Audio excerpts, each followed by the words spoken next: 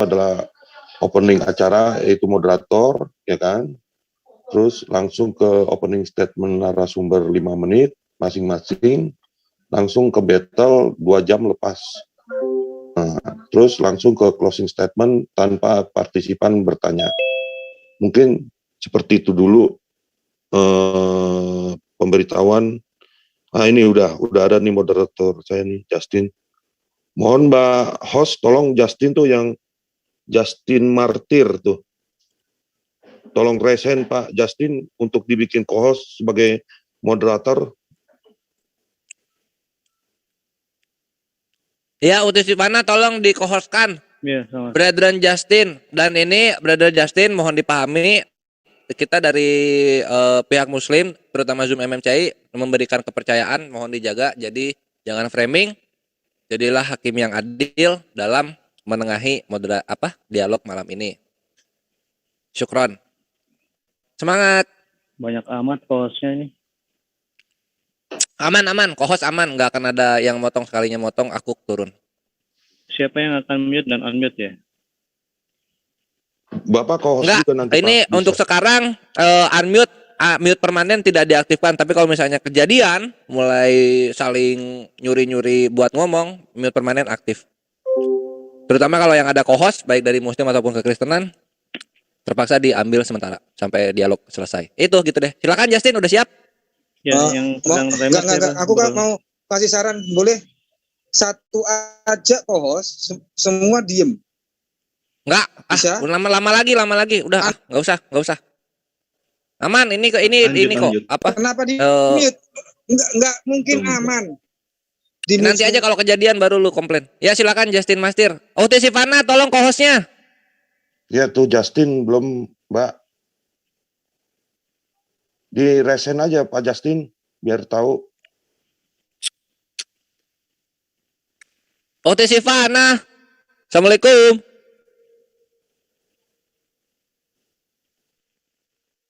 Udah bobo kali.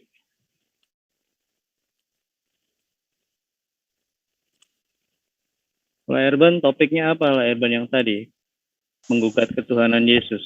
Ya, cuma menggugat ketuhanan Yesus, kita menjawab. Saya baru dengar Muslim menggugat ketuhanan Yesus. Oke. Ya, topiknya dari Brother Erben sendiri soalnya. Yuk silakan, ini hostnya menyusul ya Justin Mastir, karena mute permanen juga belum diaktifin kok. Ini terlihat masih kondusif. Host ke Pak Justin, Mbak. Ya, nanti sambil pas perjalanan. Ini aku ini mulai aku telepon Uti Sivana. Layak, silakan dilanjut pembukaannya. Udah dikasih co-host. Iya Mbak, makasih Mbak. Ya, sip, silakan yuk Pak Justin. selanjut. Opening moderator untuk mempersilakan kepada kedua narasumber. Aku makan. Oke, baik ya. Selamat malam ya rekan-rekan yang terkasih, rekan-rekan sebangsa dan setanah air, dan pada kesempatan yang berbahagia ini ya kita bisa bertemu dari teman-teman Muslim dan juga dari Kristen untuk berdialog ya, lebih tepatnya lintas iman. Jadi tentunya objektifnya saya pikir kita sudah tahu semua. Kita bukan berdebat kusir atau berpolemik, tetapi ini semua tentu kembali kepada tugas kita sebagai insan Indonesia ya. Kita membantu teman-teman kita yang di YouTube ini untuk memahami seperti apa iman Kristen dan seperti apa iman Islam yang kita sampaikan dalam forum dialog lintas iman ya. Jadi malam hari ini adalah Islam bertanya dan Kristen menjawab, kira seperti itu ya Pak Erben, Pak Zuma ya. Aku dibuat co-host, belum co-host aku. Oke, saya izin untuk mengatur ini play incoming dan outgoing, ini saya off-kan dulu supaya tidak mengganggu. Oke, saya sudah masuk ke pengaturan dan aturannya sederhana. Saya belum diberitahu nanti formatnya, timingnya seperti apa, jadi saya mengikuti saja. Saya hanya akan membantu memoderasi supaya objektif dari sesi ini bisa tercapai, yaitu pertanyaan-pertanyaan dari teman muslim Muslim bisa tersampaikan dengan baik kepada teman-teman Kristen. Demikian sebaliknya, jawaban-jawaban dari pihak Kristen juga bisa menjawab dari pertanyaannya teman-teman Muslim, tidak lari dari pertanyaan itu ya, tidak out of topic juga. Kira seperti itu, sederhana saja. Jadi nanti untuk timernya saya mengikuti saja dari teman-teman host yang saat ini ada ya di Muslim untuk mengatur timernya. Tetapi satu aturan yang saya pikir harus kita sepakati, karena ini sesi tanya jawab, jadi tentunya porsi untuk diskusi dan saling menyanggah saya pikir akan dikurangi dan lebih fokus kepada membangun pertanyaan yang baik dan membangun jawaban yang baik. Kita bisa sepakati ya Pak Zuma dan Pak Erben ya. Siap. Baik, kalau seperti itu saya pikir bisa mulai, atau ada mau yang memberi masukan, atau kita mulai saja ini. Soalnya ada yang raise hand. Pak pihak host, saya minta izin nih. Atau kita mau mulai saja, atau masih ada yang ingin menyampaikan? Langsung, ayo. Oke, siap. Yang raise hand tolong lower hand ya. Oke, jadi untuk mute dan unmute, saya minta nanti dari saya saja moderator. Jadi percayakan sebisa mungkin saya akan menjaga amanah untuk menjadi moderator yang netral dan tentu orientasinya kepada hasil dari diskusi ini ya, dialog ini. Kira-kira seperti itu. Jadi mohon nanti timer ya yang bertanggung jawab untuk timer, disiapkan timernya. Jadi ini nanti akan ada opening dulu ya Pak Erben dan Pak Zuma ya. Opening speech. Iya, opening dulu, opening. Baik, silakan opening. Sesi opening ini manfaatkan untuk menyampaikan hal-hal yang memang dirasa poin-poin utama ya untuk diskusi malam hari ini. Manfaatkan waktu dengan baik supaya teman-teman dan peserta Zoom yang ada di sini juga bisa memahami arahnya mau kemana. Silakan dari siapa dulu yang langsung. opening. Ya, silakan. Siapa dulu? Oke. Saya pikir dari ini bertanya Muslim. Saya pikir dari ini Kristen dulu yang memberikan jawaban. Jadi saya pikir ini.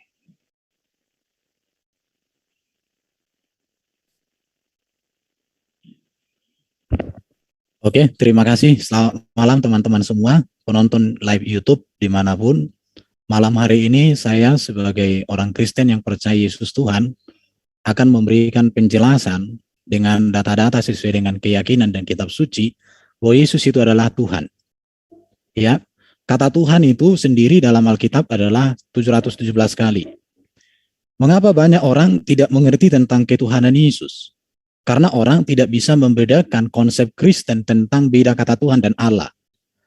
Jadi karena topiknya malam hari ini tentang ketuhanan Yesus, maka saya akan jelaskan apa makna kata Tuhan di dalam iman Kristen.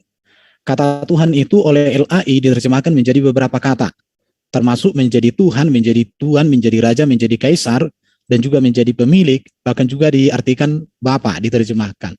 Mengapa demikian? Karena kata Tuhan ini kan sebuah gelar. Kita akan lihat data-datanya di sini ya. Kita lihat di sini, kata Tuhan itu adalah gelar, panggilan dan jabatan. Jadi ada orang mengatakan Tuhan adalah Allah, Allah adalah Tuhan. Tapi dalam orang Kristen, Tuhan dengan Allah dua kata yang berbeda makna. Kata Tuhan digunakan sebagai gelar kepada Allah, kepada Yesus, bahkan kepada orang terhormat, dan juga yang memiliki kedudukan. Kata ini diambil dari kata kurios, bahasa Yunani, yang berpadanan dengan kata Inggris itu Lord. Kata ini di samping bermakna Tuhan, juga berarti Tuan penguasa, majikan, pemilik. Kata kurios ini berasal dari kata kuros.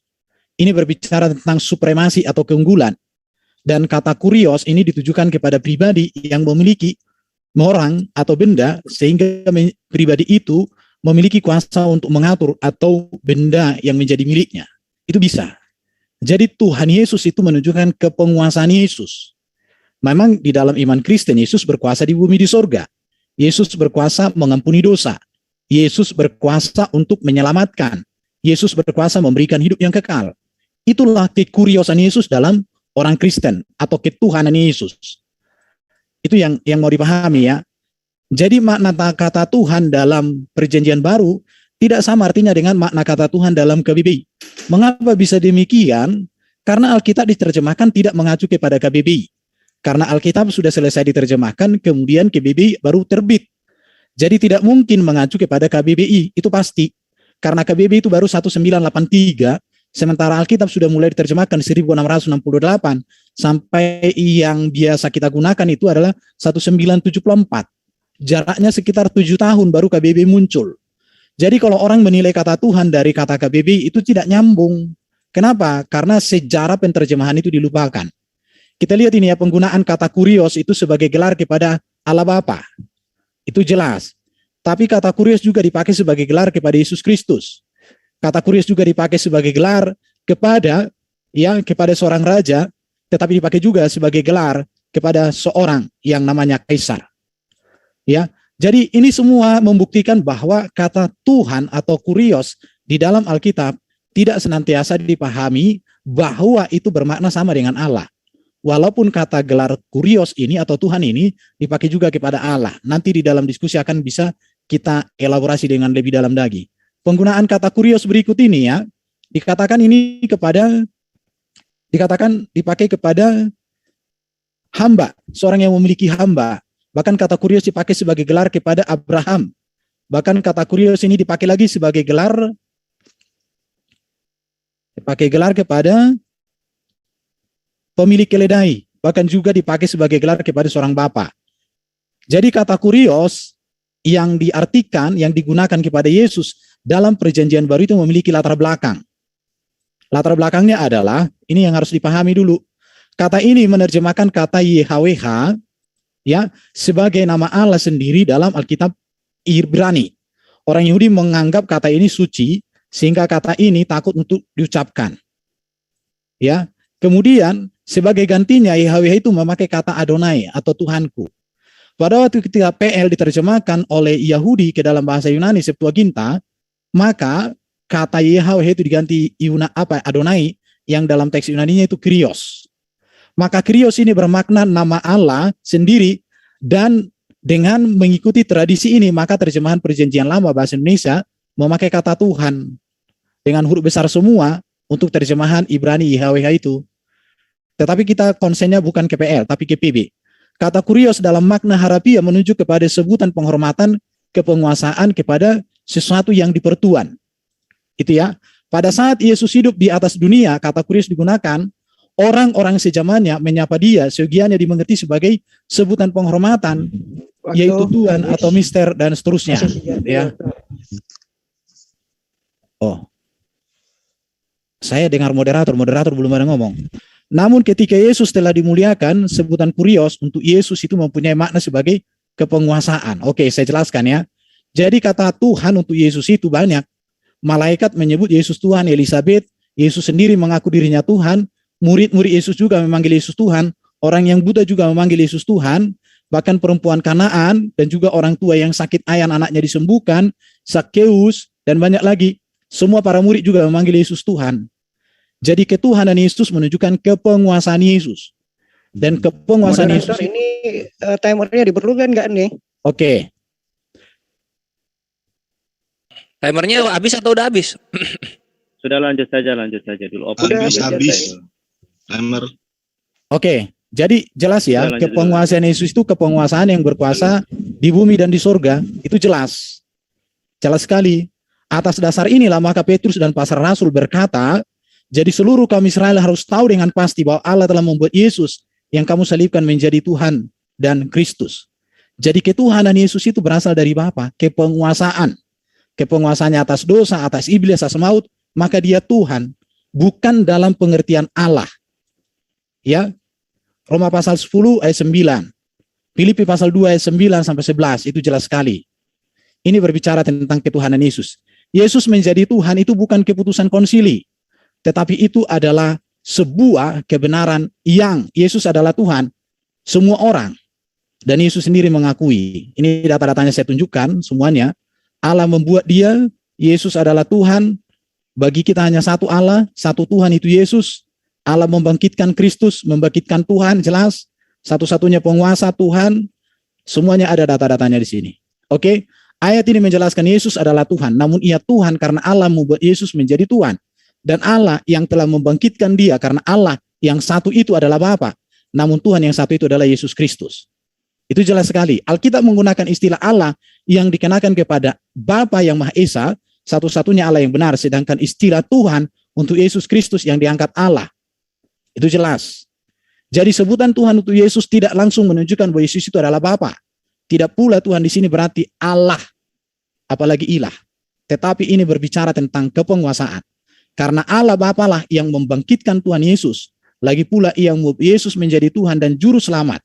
Bapa itu sendiri, bahwa makna gelar Tuhan untuk Yesus tidak berarti Bapa, Allah ataupun ilah, tetapi menunjukkan tentang kepenguasaannya. Oke, jadi orang yang menolak Yesus sebagai Tuhan, maka tidak ada keselamatan baginya. Itu jelas di dalam iman Kristen. Karena siapa yang mengaku dengan mulut, percaya dengan hati, Yesus adalah Tuhan yang dibangkitkan oleh Bapa di surga, dia keselamatan terjadi atas hidupnya. Itu jelas sekali. Ini data-data iman Kristen. Oke, sampai di sini dulu presentasi saya.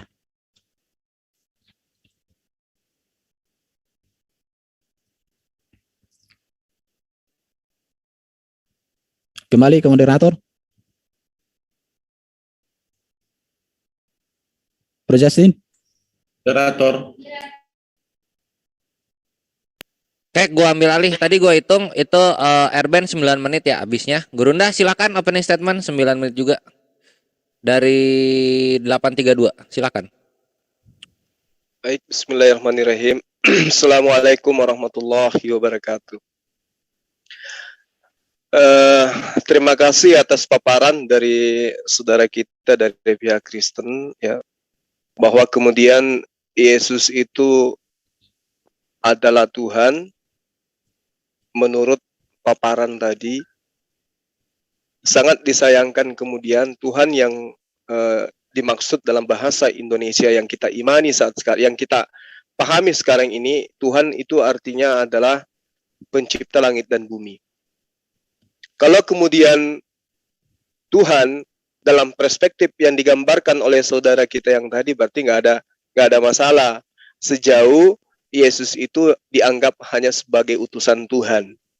Tapi kalau dianggap sebagai Tuhan, sebagaimana yang kita lihat faktanya di gereja-gereja, Yesus didudukkan sebagai sembahan, disitulah ya, kekeliruan yang terjadi. Bilangan 23 nomor 19, Tuhan bukanlah manusia atau anak manusia. Jadi apapun konsep Tuhan yang kemudian diuraikan tadi, dia bukan anak manusia dan bukan manusia. Sementara Yesus adalah manusia dan dilahirkan oleh manusia. Berarti Tuhan di sini, dalam arti kata pencipta langit dan bumi, Yesus tidak memiliki ruang di sana. Lalu kemudian, di dalam pengabaran yang dijelaskan di dalam kitabnya teman Kristen, ketika berbicara mengenai konsep Yesus ini adalah Tuhan ataupun bukan. Bahkan di dalam Lukas 19:18 nomor 19 ya, Yesus sendiri menyangkal bahwa dia adalah Tuhan. Yesus berbicara kepada seorang pria yang memanggilnya baik, lalu bertanya kepadanya, "Mengapa kau menyebut saya baik? Tidak ada yang baik kecuali Tuhan sejati." Tuhan saja maksudnya. Artinya kalau kita melihat daripada apa yang diurai oleh saudara Erben, ya, bahwa Yesus itu adalah Tuhan, maka kami sah-sah saja memanggil Yesus itu Tuhan. Tapi sangat disayangkan, hal ini tidak boleh dibiarkan. Dalam arti kata, memaparkan Tuhan dalam arti kata utusan itu nggak bisa dibiarkan. Karena Tuhan menurut rasa bahasa Indonesia adalah pencipta langit dan bumi. Nah, nanti kalau kita mengatakan, oh iya ternyata nggak apa-apa isi dipanggil Tuhan dalam arti kata ternyata utusan, tapi pada prinsipnya itu hanya dipakai untuk membungkus diri. Di dalamnya adalah penyembahan terhadap Yesus yang justru dianggap sebagai pencipta langit dan bumi yang nuzul menjadi manusia. Nah, Yesus sendiri tidak pernah mengajarkan dirinya adalah Tuhan. Di dalam Bible, kitabnya teman Kristen, jelas di dalam Yohanes 14 nomor 28, di situ diterangkan bahwa Bapakku lebih besar daripada aku. Berarti Yesus bukan Tuhan.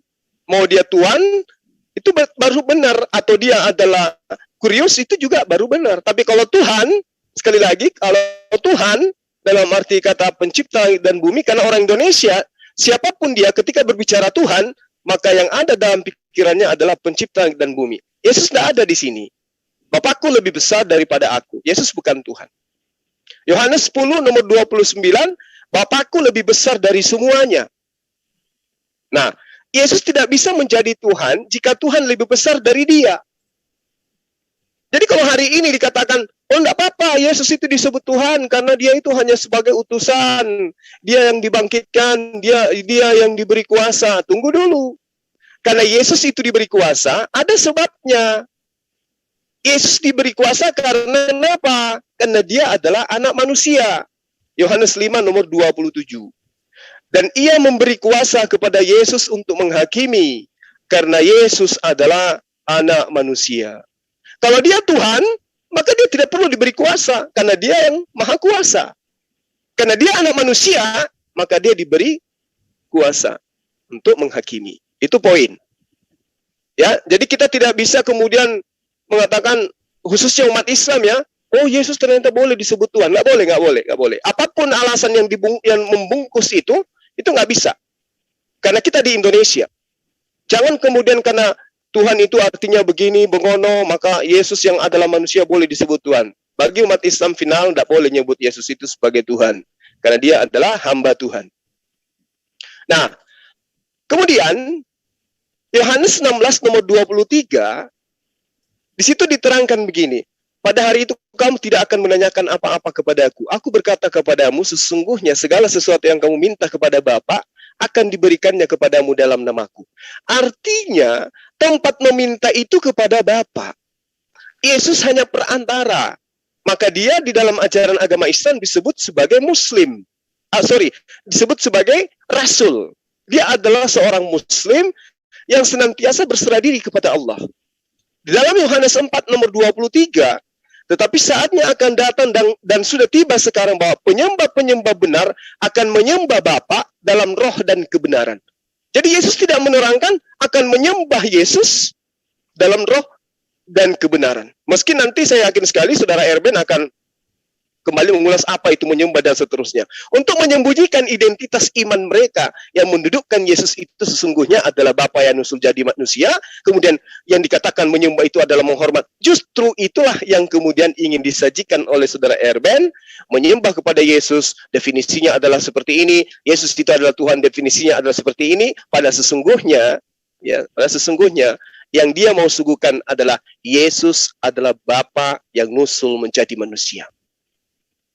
Lalu kemudian, kalau Yesus itu adalah Tuhan, maka Yesus ini menyembah dirinya sendiri.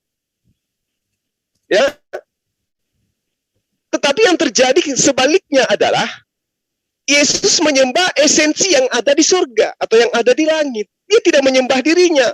Maka salahlah kemudian, ketika ada sekelompok orang yang justru menyembah anak Maria yang adalah Yesus. Karena Yesus tidak menyembah dirinya. Sementara Yesus menerangkan, jika engkau mengasihi aku, engkau akan melakukan pekerjaan yang aku lakukan. Engkau akan mentaati, mendengarkan, mengikuti perintah-perintahku. Yesus tidak pernah menyembah pada dirinya. Yang ada, Yesus menyembah kepada esensi luar yang ada dari dirinya, yaitu Sang Bapa yang ada di surga. Yohanes 17 nomor 3 itu jelas dikatakan seperti itu. Lukas 6 nomor 12, Matius 20 nomor 28. Agar mereka mengenal kamu satu-satunya Tuhan yang benar dan mengenal Yesus Kristus yang telah engkau utus. Yesus kedudukannya adalah utusan, harus dikenal seperti sebagaimana utusan. Kalau kemudian ada embel-embel Tuhan, tunggu dulu. Ya. Lalu kemudian di dalam Lukas 6 nomor 12, dia melanjutkan sepanjang malam dalam doa kepada Tuhan. Nah tuh.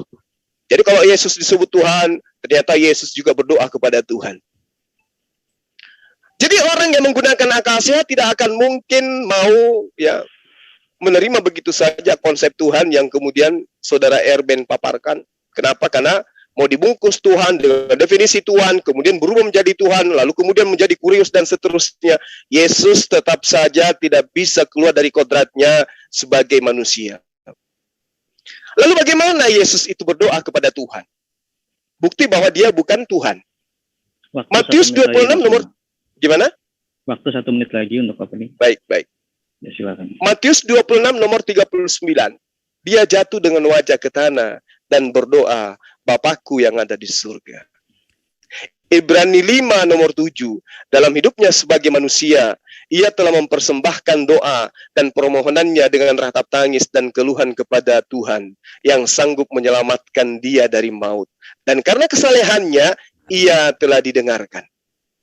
Artinya, Yesus adalah manusia. Mau dibungkus dengan kata Tuhan, mau dibungkus dengan kata kurios. Yesus ya mempraktekkan dirinya sebagai utusan Tuhan, sebagai manusia, sebagai hamba Tuhan, sebagai ciptaan yang tersungkur berdoa bersungguh-sungguh di hadapan Tuhan.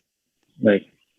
Oke. Makasih. Baik, waktu selesai. Baik, sebelum dilanjut, setelah ini nanti pertanyaan pertama dari pihak penanya, dari paparan yang tadi Pak Zuma sampaikan, diambil, karena cukup banyak poinnya saya catat, jadi diambil dari situ pertanyaan-pertanyaan apa saja sesuai dengan apa yang tadi sudah digariskan dalam opening speech ya. Nanti waktu. Iya. Bro Edo suaranya putus-putus. Bro Justin. Aduh, maaf. Suara saya udah masuk lagi oke, ya. Oke, sudah. Sorry. Jadi waktu bertanya nanti 1 menit saja, pertanyaan utama dulu. Oke. Nanti Pak Erwin akan menjawab. Jadi begini, saya ingatkan lagi, Pak Zuma mohon nanti sedikit dikurangi untuk judgement ke arah doktrin kekristenan, karena itu menjadi domain dari pihak Kristen untuk menjelaskan. Tapi tadi masih bisa diterima di opening sebagai bentuk untuk dalam tanda kutip ya, debat akademis kritis gitu, menggugat tidak masalah. Tapi nanti batasi saja pada pertanyaan, bukan penilaian. Nanti biarkan dari pihak Kristen yang menjelaskan menurut akidah atau doktrin kekristenan. Waktu untuk Pak Zuma memberikan pertanyaan awal, silakan Pak Zuma. Baik. Saya aja dulu, Bro. Boleh saya? Oke. Bertanya dulu, jangan menanggapi. Silakan. Oke. Dari opening yang tadi saya sudah catat. Saya ulangi, Pak Erben menyampaikan makna kata Tuhan dalam Alkitab dan makna kata Tuhan dalam KBBI, penggunaan kata Kyrios dalam Alkitab, dan yang terakhir adalah makna ketuhanan Yesus Kristus dalam Alkitab. Kemudian Pak Zuma menyampaikan kekeliruan kekristenan tentang penyembahan kepada Yesus, penekanan bahwa Allah bukan manusia, penekanan bahwa Bapa lebih besar daripada Yesus, penekanan bahwa Yesus diberi kuasa karena dia anak manusia untuk menghakimi, kemudian penyembahan kepada Bapa. Yang terakhir, sedikit ada statement mengenai apakah Pak Erben ingin menegaskan bahwa Yesus adalah Bapa. Yesus tidak menyembah dirinya. Jadi itu poin-poin yang bisa saya catat. Jangan keluar dari situ. Silakan dari Pak Zuma dulu memberikan pertanyaan awal. Silakan Pak Zuma. Oke, baik. Di dalam Kisah Para Rasul 2 nomor 24, di situ menerangkan boleh Allah. Ditunjukkan datanya Pak Zuma? Sebentar Pak Erben. Oke, sorry. Nanti data bisa kami fasilitasi. Silakan Pak Zuma lanjutkan pertanyaannya. Ya, Kisah Para Rasul 2 nomor 24 diterangkan Allah membangkitkan dia dengan melepaskan dia dari sengsara maut, karena tidak mungkin ia tetap berada dalam kuasa maut itu. Yang ingin saya tanyakan, yang dibangkitkan di sini manusia atau Tuhan? Silakan. Baik. Jadi tadi mohon diulangi Pak Zuma untuk Kisah Rasul 2 ayat 24 ya. Siap. Oke, kita sebelum dijawab kita buka datanya dulu. Mungkin saya bisa bantu share ya untuk. Iya, sambil moderator bantu share ini aku infokan ya teknis.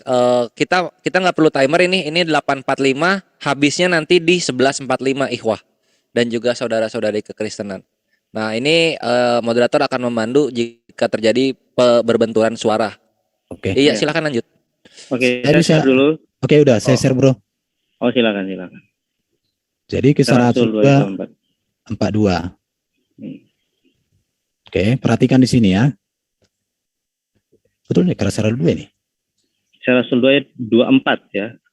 Kisah Rasul 2 ayat 24. Ya. Tetapi Allah membangkitkan dia, itu Yesus, dengan melepaskan dia dari sengsara maut, karena tidak mungkin ia tetap berada dalam kuasa maut itu. ini menegaskan bahwa Yesus yang adalah Tuhan dibangkitkan oleh Allah. Makanya tadi saya katakan Allah dan Tuhan itu beda. Itu yang harus dipahami di sini. Jadi bukan Allah membangkitkan Allah, tetapi Allah membangkitkan Yesus yang adalah Tuhan, penguasa itu, kurios. Kalau orang Inggris bilang Lord, jadi God membangkitkan Lord. Theos membangkitkan kurios. Bukan Tuhan membangkitkan Tuhan. Atau Allah membangkitkan Allah, bukan itu. Tapi Allah membangkitkan Dia, Yesus, yang adalah manusia, yang diberikan gelar kepenguasaan sebagai kurios, Tuhan. Itu artinya di sini. Terima kasih. Oke. Sebentar dulu Pak. Masih ada waktu 20.51 Pak Erben. Ya, saya pikir sudah sangat jelas. Dan ini menegaskan bahwa Yesus bangkit yang menyatakan bahwa maut sudah dikalahkan. Yesus bangkit menyatakan bahwa iblis sudah dikalahkan. Yesus bangkit menyatakan bahwa hidup kekal ada di dalam Dia. Itu yang mau ditegaskan. Karena kepada Yesus Allah sudah limpahkan kuasa. Maka Yesus mengatakan, aku berkuasa untuk memberikan hidup yang kekal. Dan itu kuasa yang dari Allah.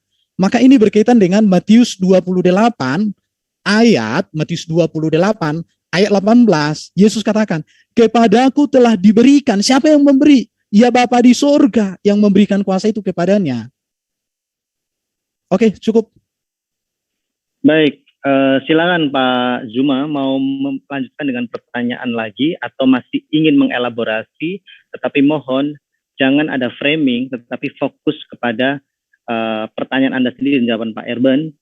Kemudian saya harap kekritisan itu dijaga supaya tidak ada framing dan tendensi untuk menyerang keyakinan orang lain. Silakan Pak Zuma. Baik. Oke, terima kasih Bang Erben. Berarti yang dibangkitkan di sini adalah Yesus, yang melepaskan Yesus dari sengat maut adalah Bapa. Lalu kemudian, ya, berarti yang dibangkitkan di sini statusnya lebih rendah daripada yang membangkitkan. Nah, yang saya ingin tanya, yang dibangkitkan ini sisi ketuhanan atau sisi kemanusiaan? Baik, silakan Pak Erben, alokasi waktu Anda 5 menit untuk menjawab. Yang dibangkitkan itu sisi ketuhanan atau keilahiannya? Atau kemanusiaannya atau ketuhanannya, keilahiannya? Silakan. Kemanusiaan Yesus tidak bisa dipisahkan dari ketuhanan, kepenguasaannya. Karena kalau kemanusiaan Yesus tidak ada, maka tidak ada ketuhanannya. Sama seperti presiden, dirinya dengan kepresidenan nggak bisa dipisahkan. Di situ. Jadi yang dibangkitkan itu Yesus yang adalah Tuhan, yang menunjukkan kepenguasaannya, kemesiasannya. Jadi Yesus itu yang dibangkitkan. Ketuhanan Yesus dengan dagingannya, ketubuhannya nggak bisa dipisahkan. Sama seperti Bro Juma, kamu sebagai bapak dengan tubuhmu itu nggak bisa dipisahkan. Kalau gelarmu sebagai bapak dengan tubuhmu dipisahkan, itu beda cerita. Ah, seperti itu.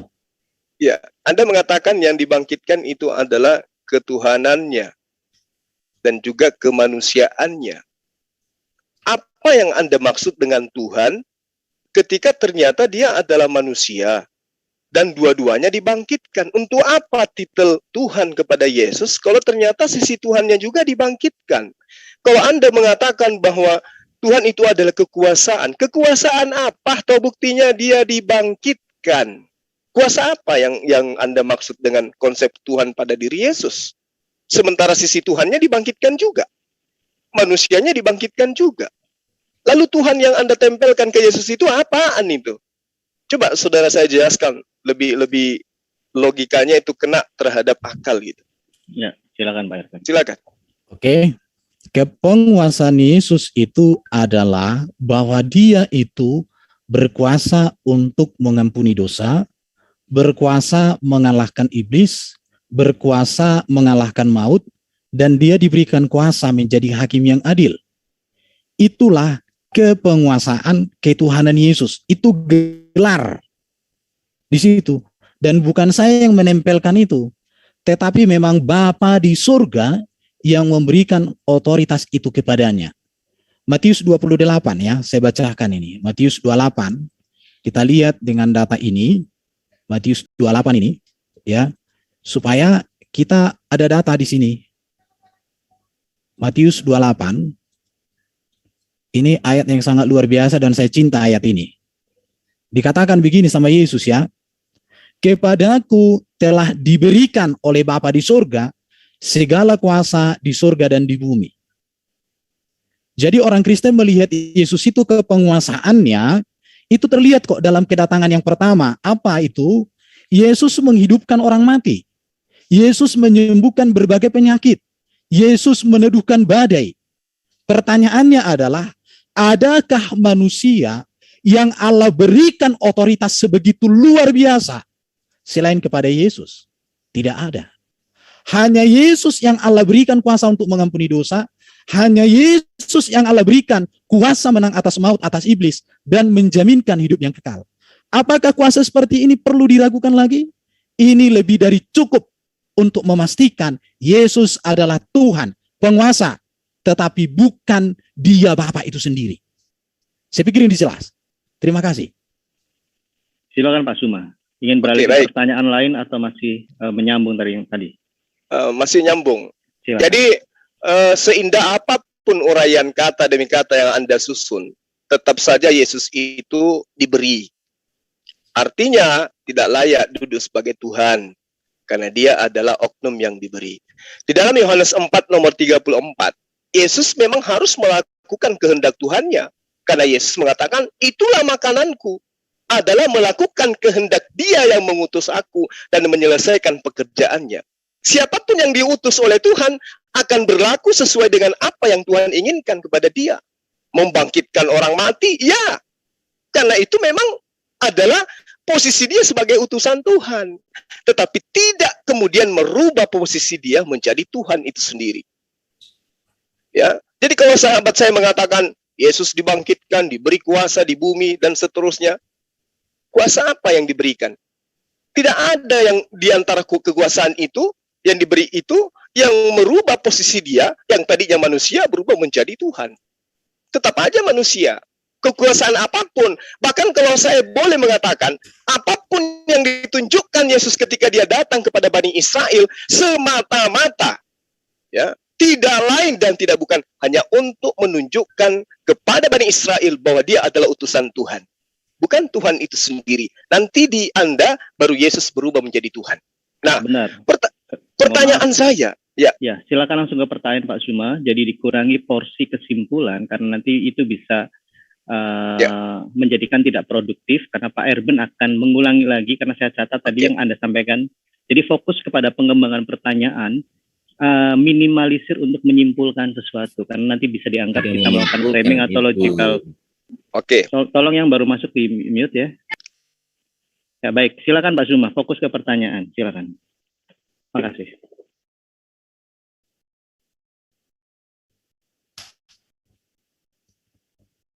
Pertanyaannya apa Pak Juma?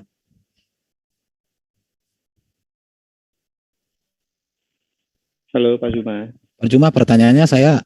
Oh sorry, ternyata saya mute. Pertanyaan saya, berarti yang dibangkitkan ini adalah manusia, bukan Tuhan.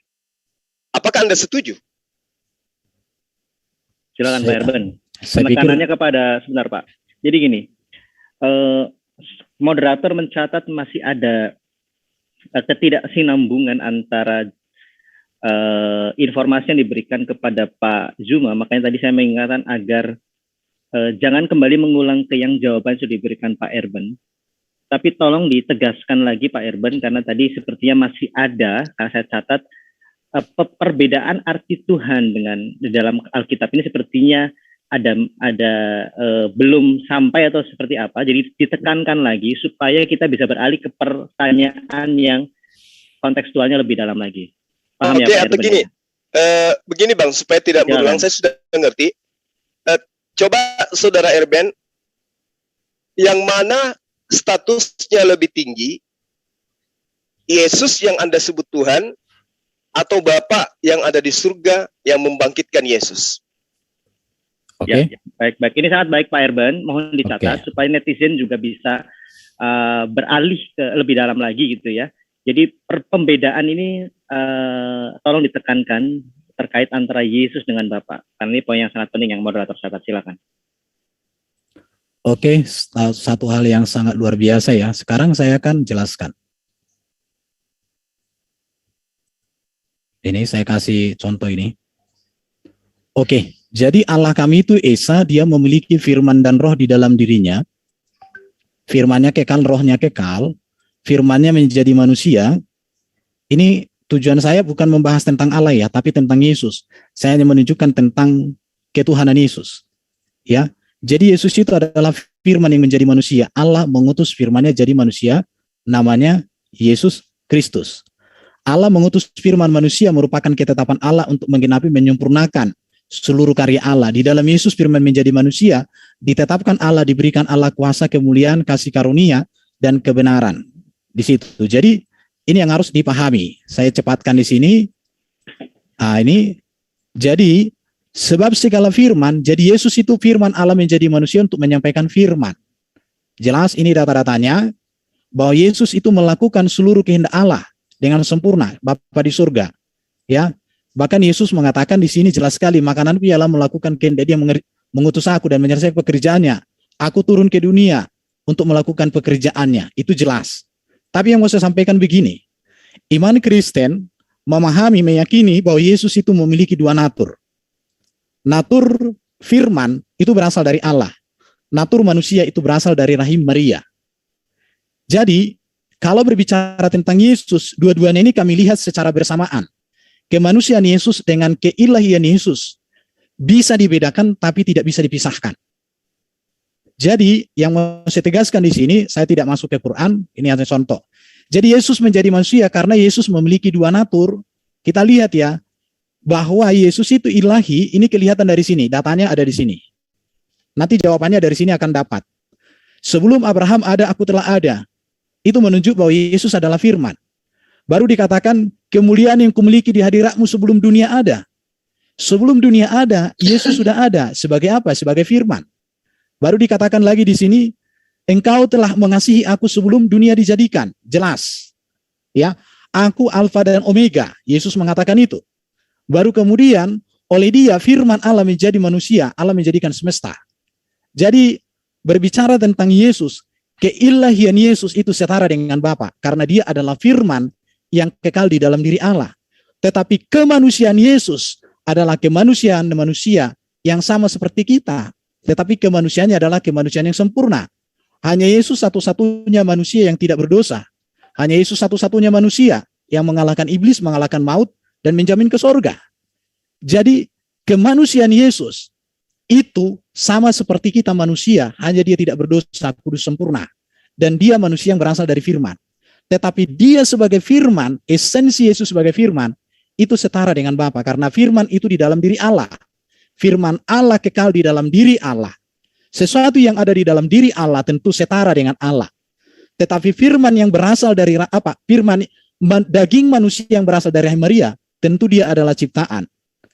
Sama dengan natur ciptaan. Tetapi bedanya adalah bahwa pencipta tentu sudah pasti lebih rendah daripada pencipta. Saya pikir sudah terjawab.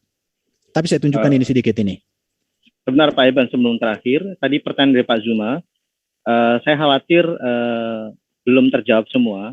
Karena tadi kalau saya terjemahkan lurus gitu ya dari kata-kata beliau, statusnya lebih besar mana antara Bapa dengan Yesus Kristus, sedangkan tadi Lai Erben menjelaskannya dari sisi firman yang menjadi manusia. Silakan Lai, ada waktu 1 atau 2 menit untuk menjelaskan itu. Oke, saya jelaskan. Apa artinya Bapa lebih besar? Saya tunjukkan data-datanya ya. Mudah-mudahan kelihatan.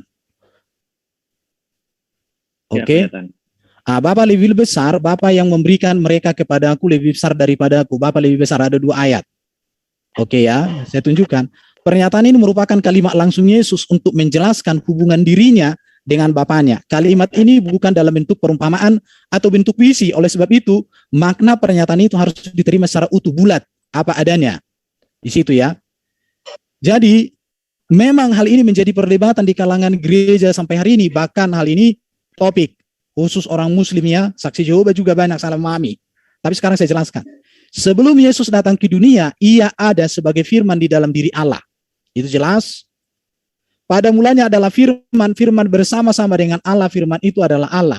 Ia pada mulanya bersama-sama dengan Allah, firman itu menjadi manusia, diam di antara kita.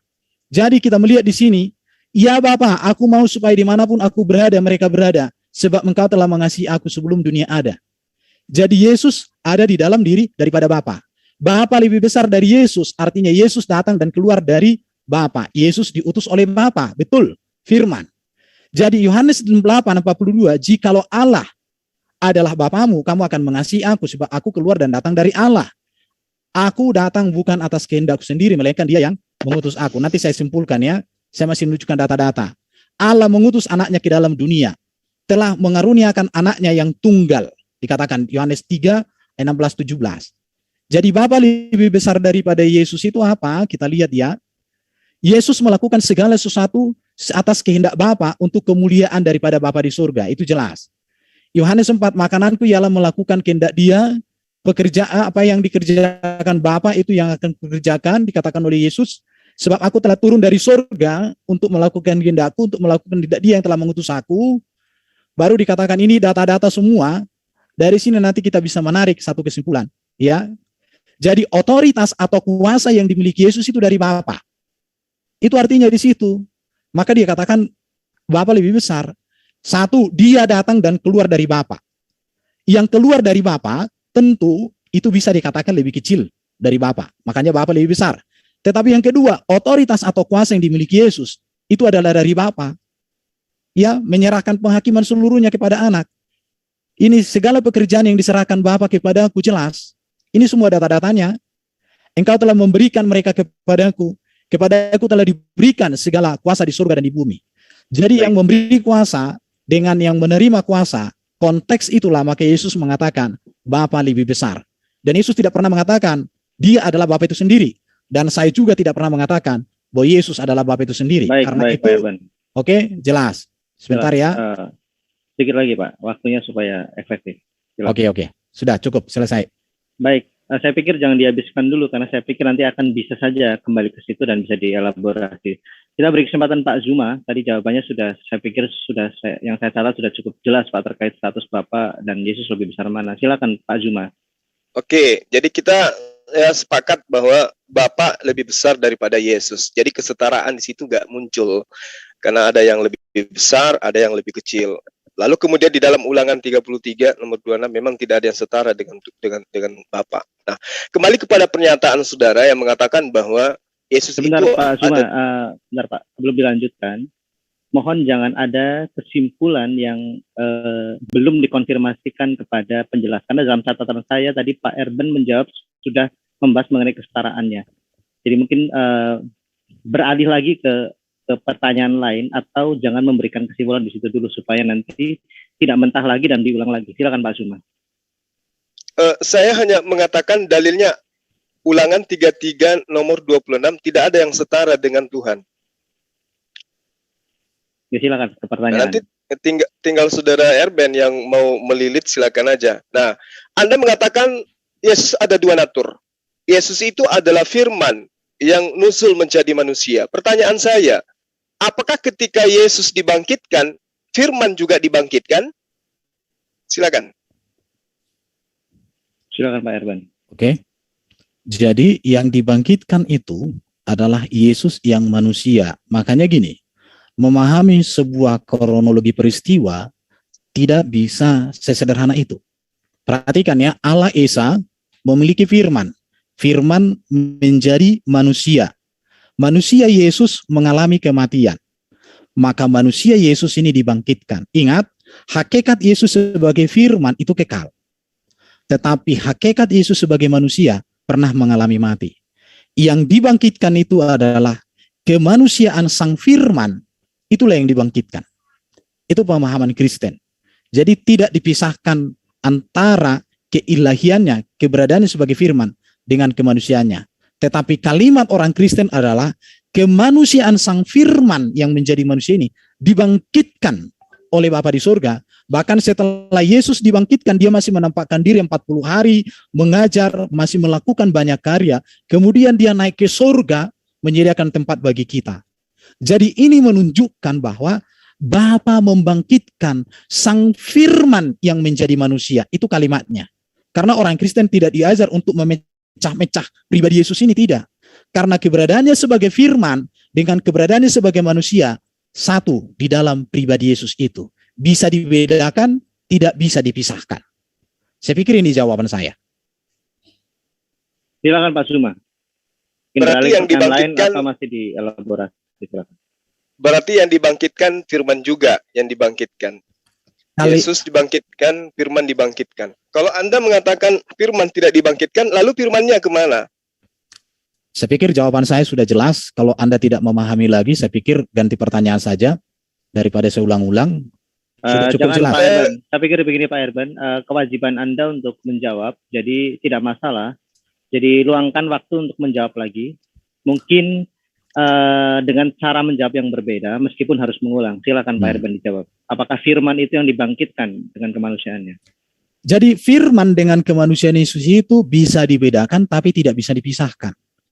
Jadi yang dibangkitkan itu adalah tubuh dari Sang Firman yang menjadi manusia itu. Tubuhnya, tubuh Sang Firman, tubuh Firman yang menjadi manusia itu yang lengkap. Karena nanti kalau kita firman sendiri yang mana? Sebentar firman, Pak, jangan dipotong dulu. Silakan Pak Erben. Firman menjadi manusia. Ini harus disatukan kalimatnya. Karena kemanusiaan Yesus tidak dipisahkan dari hakikatnya sebagai firman. Oke? Berarti yang dibangkitkan firman. Firman yang menjadi manusia itu, kemanusiaan Yesus itu dibangkitkan. Ya, berarti firman ini telah berubah menjadi manusia. Berarti firman sudah menjadi manusia. Berarti yang dibangkitkan adalah firman dalam rupa manusia. Firman yang menjadi manusia itulah yang dibangkitkan. Oke, berarti seperti ini. Sebentar Pak Zuma, sebentar. Ya. Pak Erben, Pak Zuma, saya mencoba memberikan frase untuk penengah begitu ya, supaya saya tidak masuk ke substansi, tapi tadi saya mencatat terkait tentang hakikat. Jadi mungkin yang Pak Zuma maksud ya, mungkin ini, semoga bisa membantu. Apakah natur firman yang ilahi itu ada dalam satu hakikat kemanusiaannya? Jika kita analogikan dari benda cair menjadi benda padat, yang firman itu adalah roh menjadi manusia, sehingga Pak Erben mungkin jawabannya bisa lebih mengenal lagi, karena yang dikhawatirkan nanti ada kebingungan di para pendengar terkait pertanyaan Pak Zuma tadi dan jawaban Pak Erben. Firman apakah itu dibangkitkan bersama kemanusiaannya? Firman tidak dibangkitkan karena kan firman kekal. Yang dibangkitkan itu adalah tubuh kemanusiaan dari Sang Firman. Berarti firman tidak jadi manusia dong kalau dia kekal. Loh, saya sudah jelaskan firman menjadi manusia. Kalau kamu katakan bahwa firman tidak menjadi manusia, buktinya tubuh Yesus ada. Buktinya dia melahirkan dari wanita perawan, artinya ya ada sesuatu hal yang harus dipikirkan di situ. Berarti firman ini sudah tidak ada karena dia sudah menjadi manusia. Firman yang mana dulu ini? Ya, yang Anda katakan firman telah menjadi manusia itu. Nasi telah menjadi bubur, berarti sudah tidak ada nasinya, sudah jadi bubur. Oh, di dalam ajaran Kristen tidak seperti itu. Lalu yang menjadi Yesus ini apa? Firman Allah itu kekal. Saya kasih contoh gambaran. Ketika Allah menyampaikan firman yang menjadi Quran, Allah tidak kehilangan firman. Atau ketika Quran sobek, bukan berarti firman sobek. Seperti itu konteksnya. Bentar Pak Erben, jangan menggunakan paralelistik ke Quran, tetapi yang lain saja. Begini, mohon maaf moderator. Sebentar Pak Zuma, sebentar. Berikan kesempatan Pak Erben untuk mengkonstruksi jawabannya. Saya pikir seperti itu dulu Pak. Nanti kalau Pak Erben sudah berhenti baru dilanjutkan. Silakan Pak Erben. Iya. Jadi itu Sang Firman itu sebagai imam kemanusiaan Yesus yang menjadi korban yang sempurna. Firman itu tidak dibangkitkan, firman tersebut tidak berubah wujud. Ya, tetapi dikatakan mengambil rupa manusia, Filipi pasal 2:7. Ya. Jelas. Jadi bukan firman itu apa? Jadi kayak apa? Berubah dari A jadi B, bukan begitu. Tapi firman itu mengambil rupa manusia. di dalam diri Yesus. Kalau ibaratnya dikaitkan di konteks PL, ada namanya teofani. Teofani itu adalah penyataan diri dari Sang Firman yang hadir dalam rupa manusia. Jadi di dalam PB, di dalam Ibrani pasal 1, Firman itu mengambil rupa wujud manusia, namanya Yesus. Itu ya. Jadi Firman tidak pernah hilang dan tidak pernah berubah. Tapi Firman itu kekal. Tetapi Firman yang mengambil rupa manusia itu, itulah yang mengalami kematian, rupa manusianya, dan inilah yang dibangkitkan oleh Allah, oleh Bapa itu.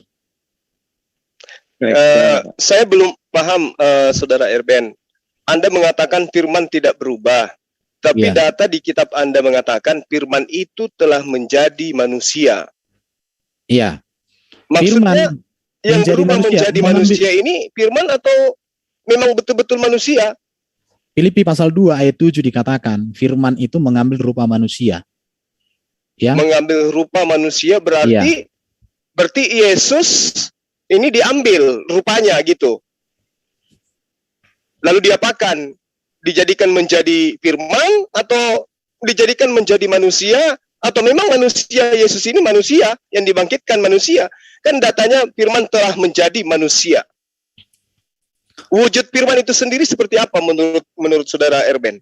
Firman itu kan kalau bahasa Yunaninya kan itu logos, tapi kan kita tidak berbicara ke sana, kita berbicara konteksnya kan ketuhanan Yesus sebenarnya ya. Jadi sebentar Pak Irban, saya pikir sangat berkorelasi. Jadi disampaikan saja, tetapi nanti moderator mencoba untuk memberikan waktu supaya beralih ke pertanyaan lain. Jadi tadi dari Pak Zuma, poinnya saya pikir sangat bagus. Antara keilahiannya yang Anda sebutkan tadi sebagai adalah Firman, apakah ada perubahan dari hakikatnya? Dan tadi Pak Zuma sempat mengatakan apa sebenarnya hakikat Firman itu? Apakah roh atau manusia itu? Silakan Pak Erben. Oke, jadi gini bro ya, apa itu Firman? Firman itu kan logos, ilmu, pikiran, hikmat, pengetahuan Allah yang maha kuasa kekal. Dan itu ada di dalam diri Allah, Yohanes pasal 1. Jadi Firman menjadi manusia ini personalisasi konkret dari yang abstrak menjadi realita konkret.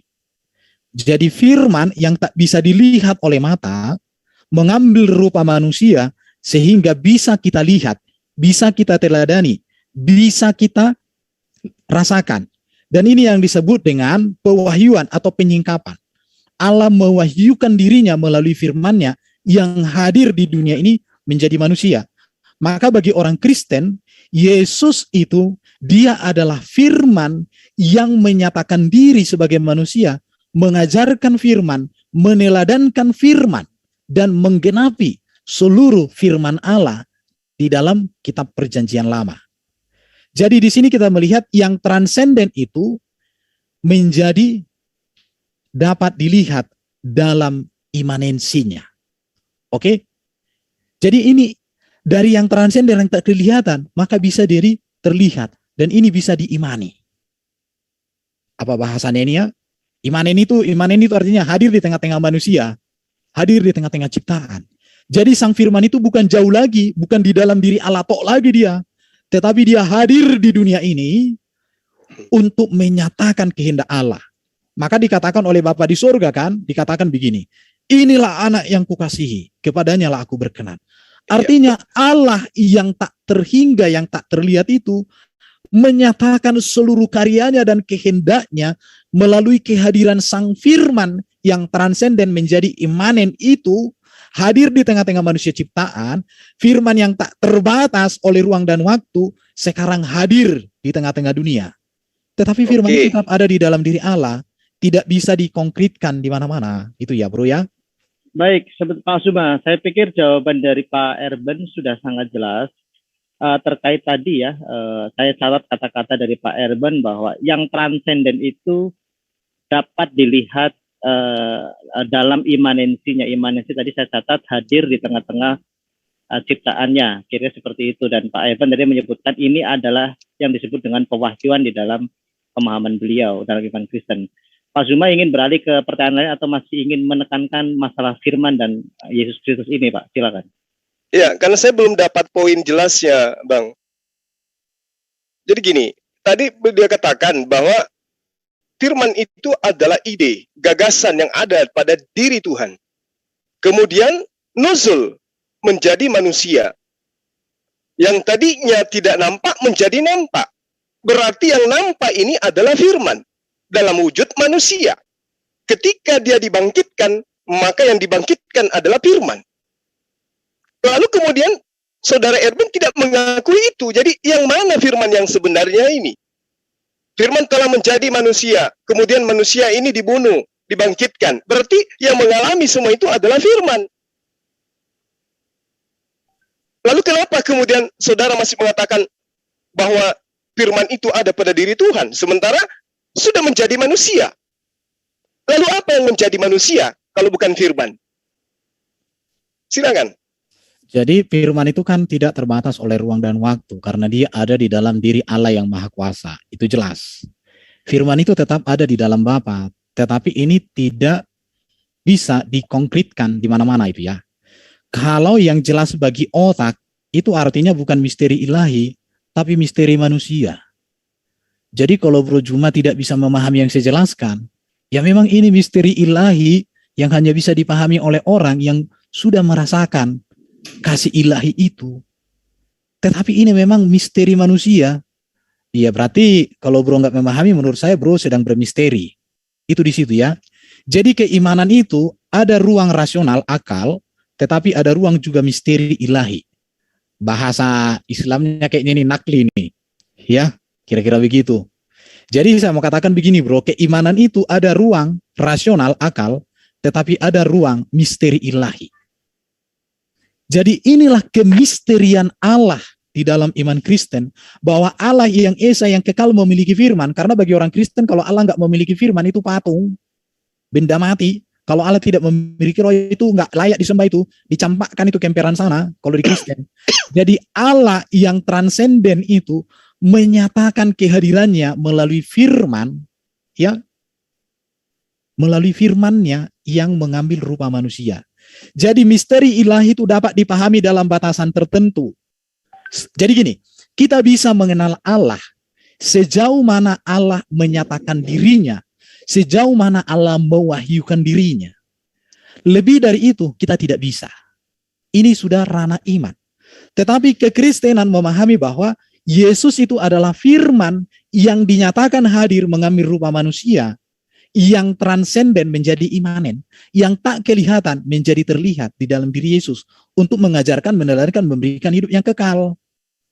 Jadi ini berbicara tentang Allah menyingkapkan dirinya.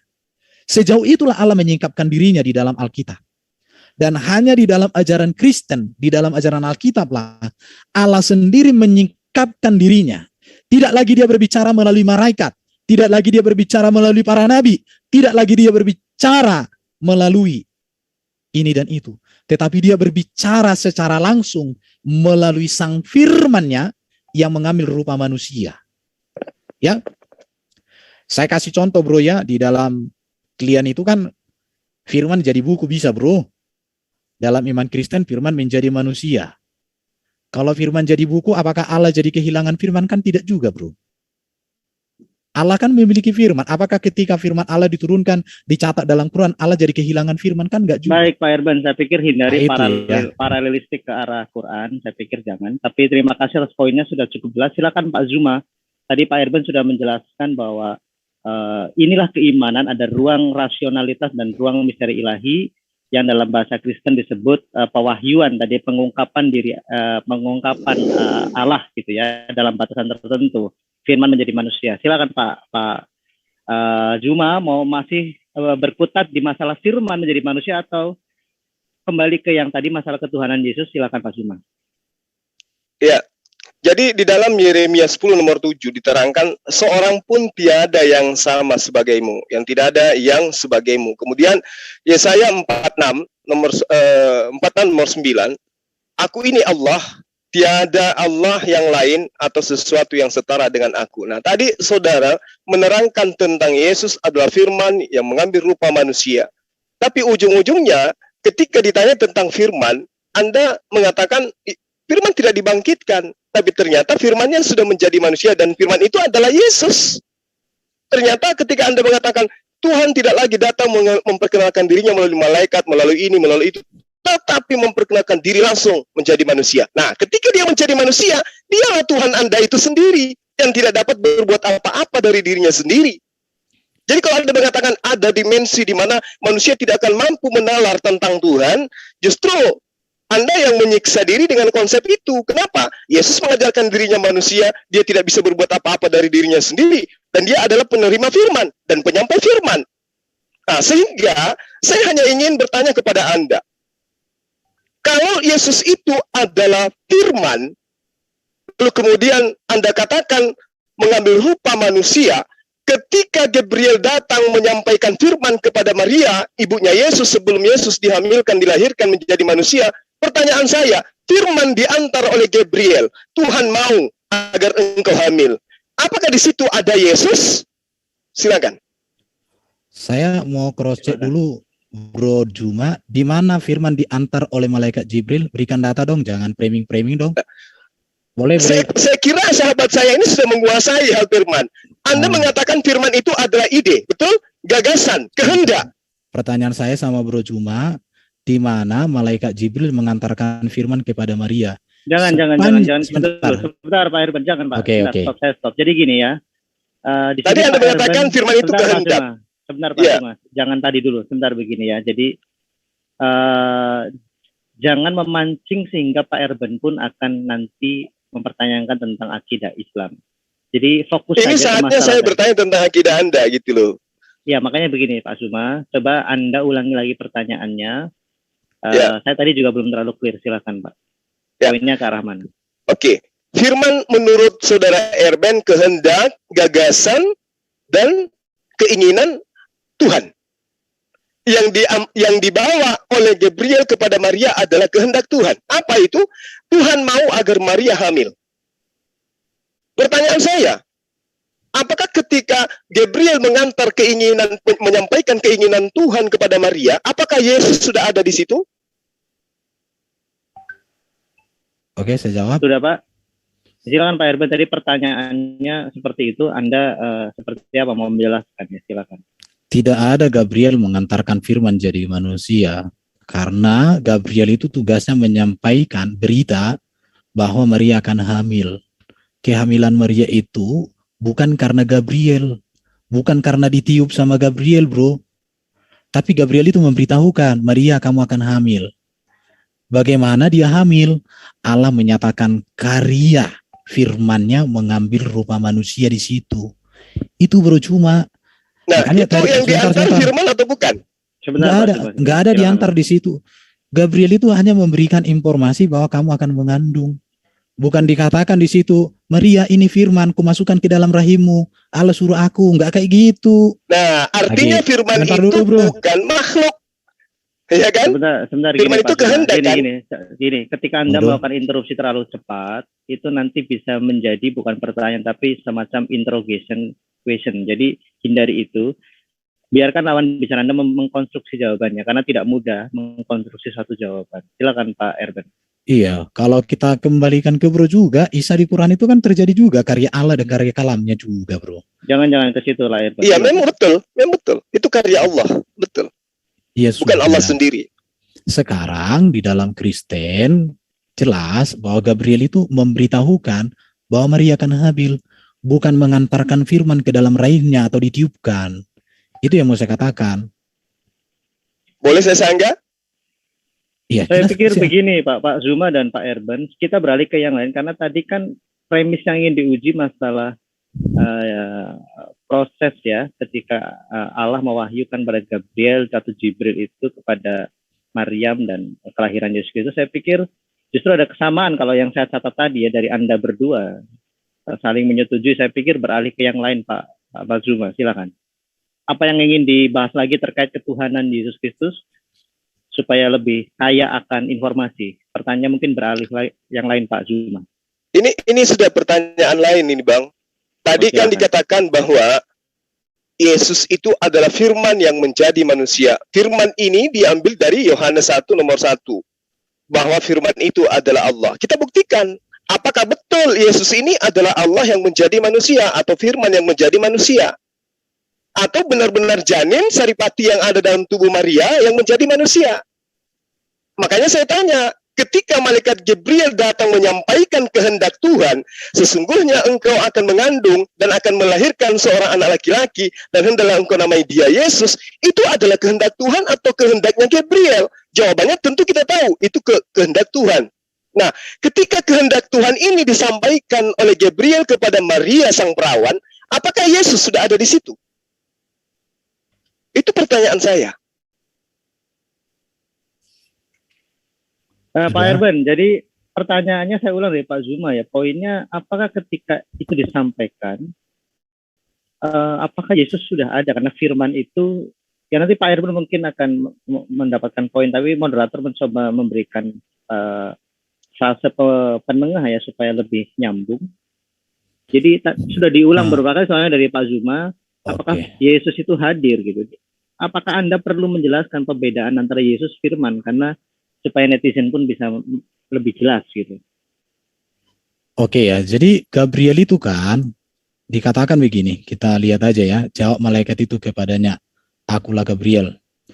Kita coba lihat Lukas ini ya, kita lihat Lukas, mana ini ayat Al-Quran?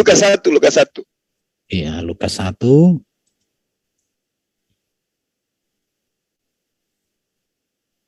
Lukas 1 ayat 19. 28 seterusnya. Ya. Oke, kita baca aja supaya jadi baik. Baik. Ketika malaikat itu masuk ke rumah Maria, ia berkata, "Salam hai engkau yang dikaruniai, Tuhan menyertai engkau." Enggak ada seperti yang Bro Juma sampaikan tadi di situ. Maria terkejut mendengar perkataan itu, lalu bertanya dalam hatinya, apakah arti salam itu? Kemudian malaikat itu berkata, "Jangan takut hai Maria, sebab engkau beroleh kasih karunia di hadapan Allah. Sesungguhnya engkau akan." Artinya pada saat malaikat datang, Maria belum hamil. Maka dikatakan sesungguhnya engkau akan mengandung. Akan itu sesuatu masih apa? Akan itu berarti masa depan. Kalau Maria sudah hamil, harus dikatakan sesungguhnya engkau sudah hamil. Tapi di sini dikatakan engkau akan mengandung. Kalau Maria sudah hamil, engkau sudah hamil. Atau engkau sudah mengandung. Tapi di sini katakan engkau akan mengandung. Baru dikatakan akan melahirkan seorang anak laki-laki, dan hendaklah kau menamai dia Yesus. Ya, jelas Bro. Jadi kalau ditanya apakah Maria sudah hamil ketika malaikat itu datang? Enggak. Dan malaikat tidak. Pertanyaannya, apakah Yesus sudah ada di situ? Yesus ada setelah Yesus yang manusia ya. Hakikat kemanusiaan Yesus ada ketika Maria hamil. Pada saat ini kan Maria belum hamil karena dikatakan akan mengandung. Kalau Maria sudah hamil, maka dikatakan sesungguhnya engkau sudah mengandung. Tapi di sini katakan engkau akan mengandung. Tetapi hakikat firman itu kekal. Nah, di sini sudah ada firman atau tidak ada firman? Firman kan kekal, Bro. Di dalam diri Allah kekal. Firman itu kan bukan ciptaan. Pada saat Gabriel datang, ini menyampaikan firman Tuhan atau karangan dia sendiri? Karangan siapa? Karangan Gabriel. Wah, Gabriel atau ini kehendak Tuhan? Aku rasa ini karangannya Bro Juma ini. Ini bukan karangan Gabriel lah. Gimana Bro? Berarti yang disampaikan oleh Gabriel adalah firman Tuhan, betul? Yang disampaikan oleh Gabriel itu adalah kabar baik bahwa Maria akan mengandung. Bukan firman Tuhan. Loh, kabar baik, berita. Gabriel itu tugasnya tahu apa? Menyampaikan kabar baik, menyampaikan berita. Jadi bukan firman Tuhan yang disampaikan oleh Gabriel. Firman Tuhan dalam pengertian itu perkataan Allah, rema. Oke. Nah, apakah berkat? Saya pikir sudah jelas Pak Zuma. Oke. Saya pikir sudah jelas Pak Erben. Saya khawatir kita tidak beralih ke hal yang lebih esensi, yaitu tentang ketuhanan Yesus, Pak Zuma. Atau Anda ingin tetap berada pada hal ini, kalau memang Anda anggap ini penting? Artinya gini, Bang. Yesus itu Tuhan. Tapi ternyata saudara Ebel mengatakan di sini belum ada Yesus karena ibunya belum hamil. Jadi sisi ketuhanannya itu sudah gugur di situ. Karena ternyata Yesus itu adalah hal baru, dia adalah ciptaan. Sebentar Pak Zuma, dalam catatan saya tadi ketika melihat Anda berdua ini tektok begitu, yang saya catat baik pertanyaan dan jawaban Pak Erben tadi sebenarnya sudah ada statement dari beliau bahwa keilahiannya itu kekal, berada dalam diri Allah, dan kemanusiaannya itu dari yang tadi ayat ditunjukkan itu akan mengandung, kalau saya mencoba terjemahkan membantu Anda berdua, itu artinya akan dilahirkan, akan mengandung dan akan dilahirkan, kira seperti itu kemanusiaannya. Tetapi kalau jika Pak Zuma tadi masih berkutat di situ, Pak Erben, saya khawatir dari Pak Zuma nanti ada pengertian bahwa firman itu bernama Yesus mungkin, atau seperti apa ya kira, supaya kita juga yang di sini tidak berkutat terus di poin ini. Mohon diselesaikan. Jadi iman Kristen itu begini bro Zuma ya, keilahian Yesus yang adalah firman tidak berawal, itu ada di dalam diri Allah kekal. Tetapi kemanusiaan Yesus itu berawal ketika dikandung dan dilahirkan di dalam rahim Maria. Itu data Alkitab. Oke, di sini permasalahannya, makanya tema ini Anda angkat sebagai ketuhanan Yesus. Inilah tema intinya sebenarnya. Ketika Anda mengatakan sisi keilahian Yesus, bagaimana mungkin kemudian Anda mengatakan sisi keilahian Yesus sementara Yesus adalah manusia? Bagaimana mungkin manusia punya sisi keilahian? Yang ilahi tetap ilahi, Yesus tetap manusia, nggak bisa berubah. Coba kita lihat dalam Kolose 1 nomor 15. Ia adalah gambar Tuhan yang tidak kelihatan, yang sulung, lebih utama dari segala yang diciptakan. Kalau itu dilarikan kepada Yesus, Yesus tetap hanya ciptaan. Apakah sang Bapa ini ciptaan? Apakah Bapa ini punya sisi kemanusiaan? Coba Anda uraikan. Punya enggak pencipta langit dan bumi ini sisi kemanusiaan?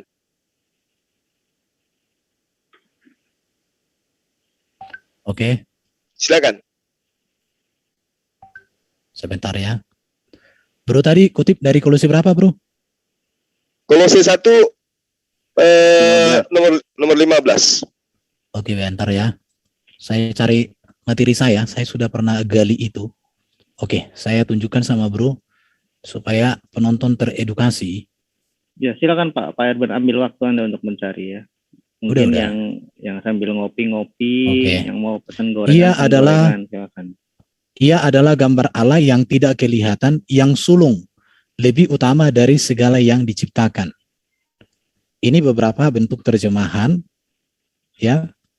Ini Kristus adalah anak yang sulung lebih utama dari segala yang diciptakan. Ya, ini beberapa. Sekarang ini dia adalah gambar yang tak kelihatan, dialah yang sulung antara segala yang diciptakan. Kita lihat ya, kata yang sulung oleh pengalut bidat Arianisme ditafsirkan sebagai yang pertama dari jenisnya, maksudnya Kristus merupakan makhluk pertama. Kata yang sulung dalam teks Yunani memakai kata prototokos. Ini digunakan 8 kali dalam PB.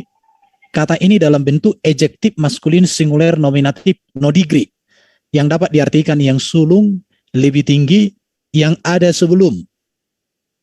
Kata ini memang dapat diartikan demikian. Tetapi penafsiran ini tidak sesuai dengan tema surat Paulus yang menekankan keunggulan Yesus. Keutamaan Kristus yang dimaksud oleh Paulus di sini adalah Kristus yang terutama, sebab di dalam Dia, dalam kuasanya atau melalui perantaraan dirinya, tatanan ciptaan ini menjadi ada. Dan tatanan tersebut ada untuk Dia. Itu yang mau ditegaskan. Jadi bukan Yesus ciptaan di sini. Firman bukan ciptaan. Ya, kita lihat lagi nih. Kata yang sulung dalam teks ini dapat dipandang dari dua sisi. Yang pertama, dari segi waktu, bahwa Ia ada sebelum segala ciptaan. Jadi, keilahian sang firman sudah ada sebelum segala ciptaan.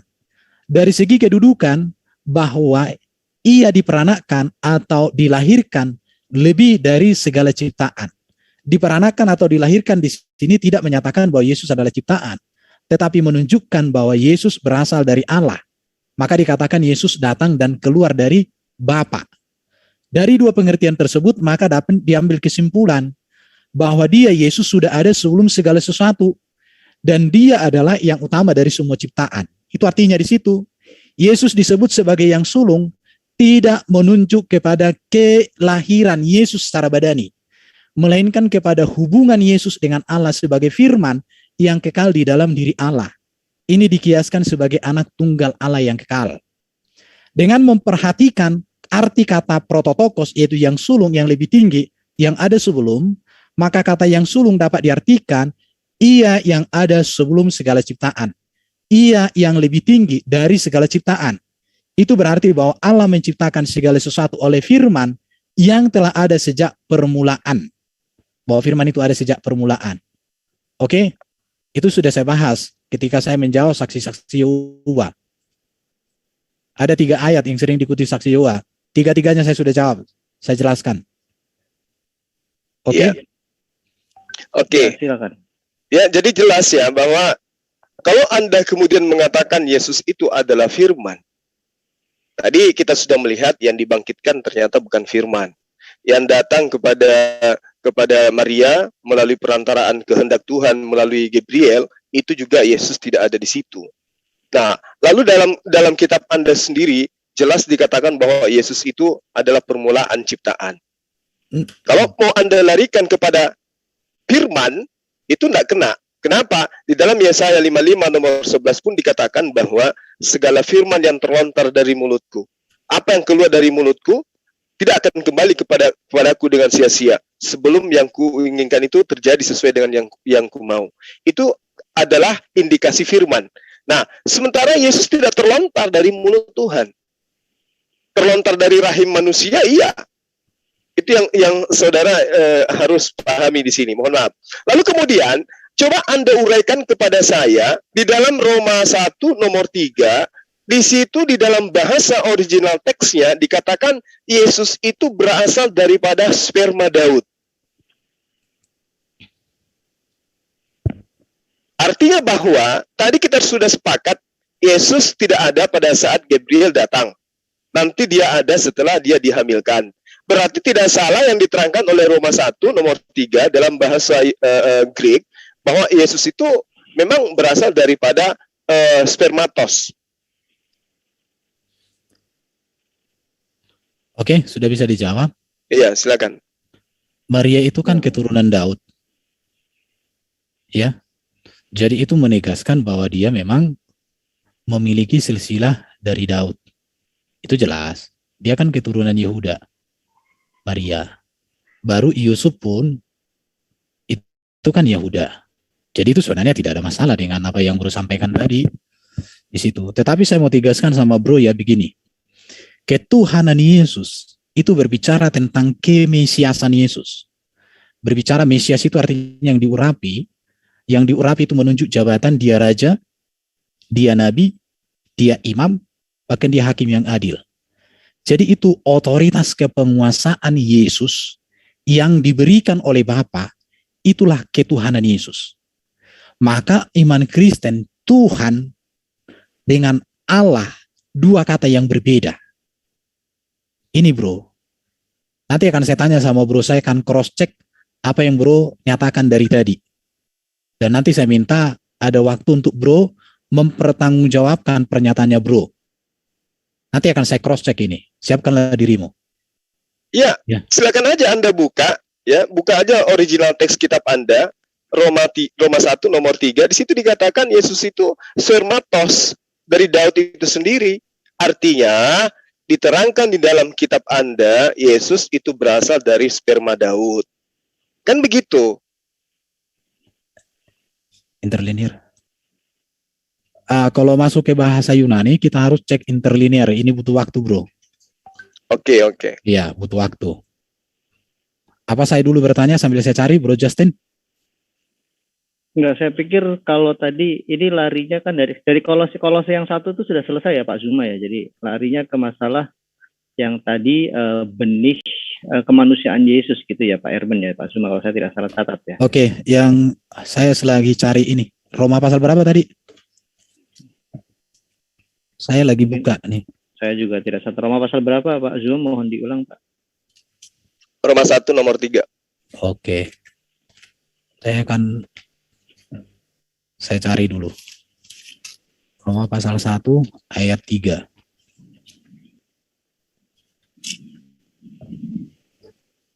Tentang anak yang lahir dari keturunan Daud. Genomenon. Di sini sperma mana? Oh, keturunan. Spermatos ya. Kita lihat di interlinear, kata spermatos itu diterjemahkan di sini keturunan. Ya, jadi bukan berbicara sperma seperti itu yang keluar, bukan itu, tapi keturunan. Saya cek dulu. Iya. S168. Saya cek interlinearnya. Ya, kita namanya belajar ini, bro, belajar. Supaya jangan asal bunyi. Kalau asal bunyi kan kacau kita ini. 168. Oke, sperma. Itu bisa artinya benih, bisa keturunan, atau diartikan juga orang yang tersisa, atau bisa juga sifat. Itu kalau di interlinear Yunani Indonesia. Bisa dilihat itu di kamus interlinear Yunani Indonesia halaman 714. Jadi bukan sperma dalam pengertian kayak itu yang keluar dari barang itu, bukan begitu. Itu tentang benih ya. Artinya bahwa Yesus berasal dari benih ya. Ya, di situ. Ya, kalau kita melihat secara biologisnya, ya tentu betul bahwa Yesus itu kan manusia yang lahir dari silsilah keturunan Daud. Konteks itu, bro. Ya, dari benih Daud. Bukan, lagi juga dikatakan di situ kan keturunan Daud. Enggak mungkin lah itu berbicara sperma dari hasil kelamin Daud. Karena Daud udah mati, tapi itu menunjukkan silsilah keturunan. Iya. Karena Daud udah mati ribuan tahun, bro. Enggak mungkin lagi spermanya. Emang ada apa sperma ditabung waktu itu kan belum ada. Tapi itu berbicara garis keturunannya secara manusia. Mungkin udah jelas lah itu. Ya, seperti itu Pak Zuma. Jadi yang saya catat dari penjelasan Pak Erben itu sperma dari tidak melibatkan sperma manusia, kira-kira seperti itu. Lalu bahasanya apa Pak Erben supaya karena Pak saya pikir belum ada bahasa untuk menjawab frase yang untuk frase utama, frase kunci untuk menjawab tadi yang Pak Zuma sampaikan. Gitu. Berasal dari benih Daud. Iya, benih Daud di situ bukan berbicara sperma di situ bukan berbicara itu. Iya. Bukan. Kita Itu berbicara mengenai benih, iya, benih Daud. Oke. Benihnya. Iya. Jadi artinya gini juga, memakai istilah itu untuk menunjukkan tentang sisi kemanusiaan Yesus itu. Memang betul Yesus kan lahir dari keturunan benih silsilah Daud. Bukan benih Daud karena Daud udah mati ribuan tahun. Oke, udah cukup serasa, udah jelas. Ya, saya pikir sudah jelas Pak Zuma. Jadi ini memang tidak melibatkan tadi ya yang saya tangkap, yang saya catat tidak melibatkan benih manusia laki-laki, tapi itu dari, kalau saya mungkin membahasakannya, mohon izin ya, dari roh pekerjaan Allah, kira-kira seperti itu ya Pak Erben mungkin ya. Ya, pekerjaan Tuhan lah itu, pekerjaan Roh Kudus, itu mujizat. Ya, sorry saya bukannya masuk substansi, maksud saya supaya kita beralih ke yang lain gitu. Ini masih ada tidak host waktunya? Kita sudah sejam atau lebih atau bagaimana nih? Masih 1 jam lagi Pak. 1 jam lagi. Oh luar biasa ya. Aku tanya dikit dong. Aku ingin cross check, boleh moderator? Jangan bertanya akidah Islam ya, karena ini sesinya menjelaskan Kristen. Tanya apa Pak? Tadi Bro Juma di pembukaan tadi dikatakan Bapa nuzul jadi manusia. Bro Juma boleh nggak tunjukkan ayat Alkitab yang menjadi acuan Bro Juma ada ajaran Bapa nuzul jadi manusia? Ya tadi Anda sendiri yang menunjukkan bukan? Mengambil rupa manusia. Saya tanya sama Bro, Bapa nuzul jadi manusia ada ayatnya enggak? Itu kalimatmu tadi saya catat kok di sini. Ya. Baru tadi ada lagi pencipta nuzul jadi manusia. Ada enggak ayat ini di Alkitab? Pencipta nuzul jadi manusia. Iya. Ya, saya hanya membangun ya apa yang kemudian saudara utarakan, bahwa yang namanya Tuhan pasti pencipta. Tapi ternyata kemudian ada yang turun dari surga menjadi manusia. Yang turun dari surga kan pemahaman Kristen itu adalah Tuhan. Yang saya tanya samamu itu ayatnya mana acuanmu berbicara. Jadi gini bro. Sebentar Pak. Saya pikir begini, kalau yang saya catat, saya tadi sedang menyimak Pak Erben lagi membahas yang mana. Saya pikir itu yang di opening speech Pak Zuma, yang di pembukaan Anda, catatan saya juga ada. Tapi gini saja Pak Erben, jadikan itu sebuah pertanyaan dan silakan Anda menjawab saja. Jadi jangan ditanyakan balik. Oke, ada beberapa. Oke, saya catat ini beberapa ada opening statementnya Bro Juma. Kekeliruan Kristen tentang penyembahan kepada Yesus. Saya sudah pernah menjelaskan, bro, bahwa dalam konteks orang Yahudi pun raja disembah. Jadi penyembahan itu maknanya tidak hanya semata kepada Sang Pencipta Allah di surga, enggak. Tetapi konteks dan makna penyembahan kepada raja bukanlah konteks sama penyembahan kepada Allah. Bahkan Daud menyembah, dikatakan di situ. Istrinya Daud menyembah Daud. Apakah itu berbicara tentang Allah? Tidak. Jadi di sini pemahaman kita tentang kata menyembah itu yang harus lebih dimantapkan. Jangan hanya menyembah, kita pikir aneh-aneh aja gitu. Baru di Bilangan 23:19, bro tadi katakan Allah bukan manusia. Tidak ada di dalam ajaran Kristen mengatakan bahwa manusia Allah. Gak ada. Justru ayat ini kami telan bulat-bulat. Yesus yang manusia itu adalah firman-Nya Allah yang inkarnasi, yang mengambil rupa manusia. Baru tadi kalau Bapa lebih besar daripada Yesus, saya sudah jelaskan. Sudah jelas ya. Bapa lebih besar dari persembahannya, saya sudah jelaskan tadi. Baru kalau ini Yesus diberi kuasa, itu jelas. Makanya kami orang Kristen percaya bahwa Yesus juru selamat satu-satunya. Karena hanya kepada Yesuslah diberikan kuasa untuk mengampuni dosa, kuasa menjadi hakim, kuasa untuk menang atas iblis, atas dosa, atas maut. Itu jelas. Tidak ada orang Kristen yang menentang hal itu. Gitu ya. Baru dikatakan orang Kristen itu harus meminta kepada Allah. Memang kami meminta berdoa kepada Allah. Melalui perantaraan Yesus tidak masalah. Iya. Justru karena Yesuslah menjadi pengantaran itu, maka kami doanya pasti. Kenapa? Sedikit saya kasih tahu sama bro. Dosa membawa manusia terpisah dari Allah. Tetapi Yesus datang menyelesaikan persoalan ini, maka di dalam Yesus kami didamaikan. Maka melalui Yesus kami langsung dekat. Karena Bapa sendiri yang memberikan jalan itu kepada kami. Kepada Yesus. Maka Yesus katakan, barang siapa meminta kepada Bapa dalam namaku akan diberikan. Tetapi juga kami langsung berdoa kepada Bapa juga bisa. Makanya kami berdoa, kepadamu ya Allah Bapakku yang di surga kami memohon. Di dalam Kristus Sang Juru Selamat, firman-Mu yang menjadi manusia kami berdoa. Amin, jelas. Di situ. Baru menyembah Bapa. Kami menyembah Bapa, bro. Menyembah Bapa Sang Pencipta itu sebagai Allah kami.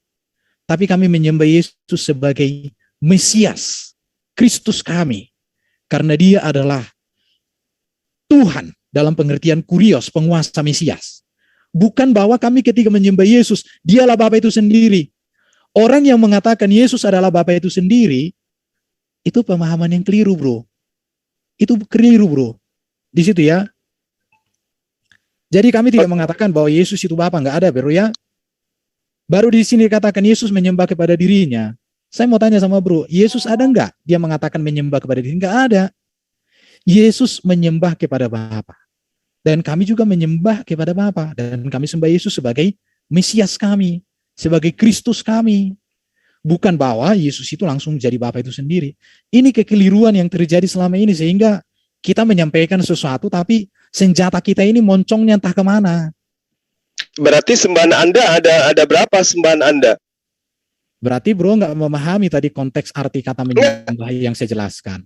Iya, saya tanya kepada Anda. Saya pikir begini Pak Suma, jangan ada pertanyaan seperti itu karena justru itu menjadi muara polemik. Pertanyaan ada berapa sembahan. Jadi tadi Pak Erben sudah menjelaskan konteks penyembahan. Saya tegaskan dan saya catat penyembahan kepada Yesus dalam batasan ya ke mesiasannya ya Pak Erben ya kalau tidak salah saya catat seperti itu. Jadi saya pikir tidak ada lagi nanti akan menjadi logical fallacy ketika Anda menanyakan ada berapa sembahan. Saya pikir masalah penyembahan ini sudah jelas oleh Pak Erben. Apakah Pak Zuma ingin beralih ke yang lain, Pak? Atau kalau Anda ingin menanggapi silahkan. Masalahnya gini, Bang. Di dalam 2 Raja-Raja 17:36, Yesaya 66:23. Ya, Tuhan yang benar itu memang mengajarkan menyembah hanya kepada dirinya. Nah, sekarang Anda juga menyembah kepada Yesus, menyembah juga kepada Bapa. Enggak, Pak Suma, sorry saya potong, Pak. Saya ulangi lagi. Pak Erben sudah menegaskan penyembahan kepada Yesus. Tadi Pak Erben saya catat dalam batasan kemesiasannya. Dan penyembahan kepada Bapa, ya kalau saya mencoba untuk menjembatani tentu kepada apa Pak Erben, fase yang Anda ingin sampaikan. Supaya tidak ke pertanyaan itu lagi. Sebentar sebelum ke sorry moderator dikit sama narasumber. Ini Akhi Zainal Arifin mungkin fotonya bisa diganti dulu sejenak karena aku mendapat beberapa komplain. Ada yang tersakiti.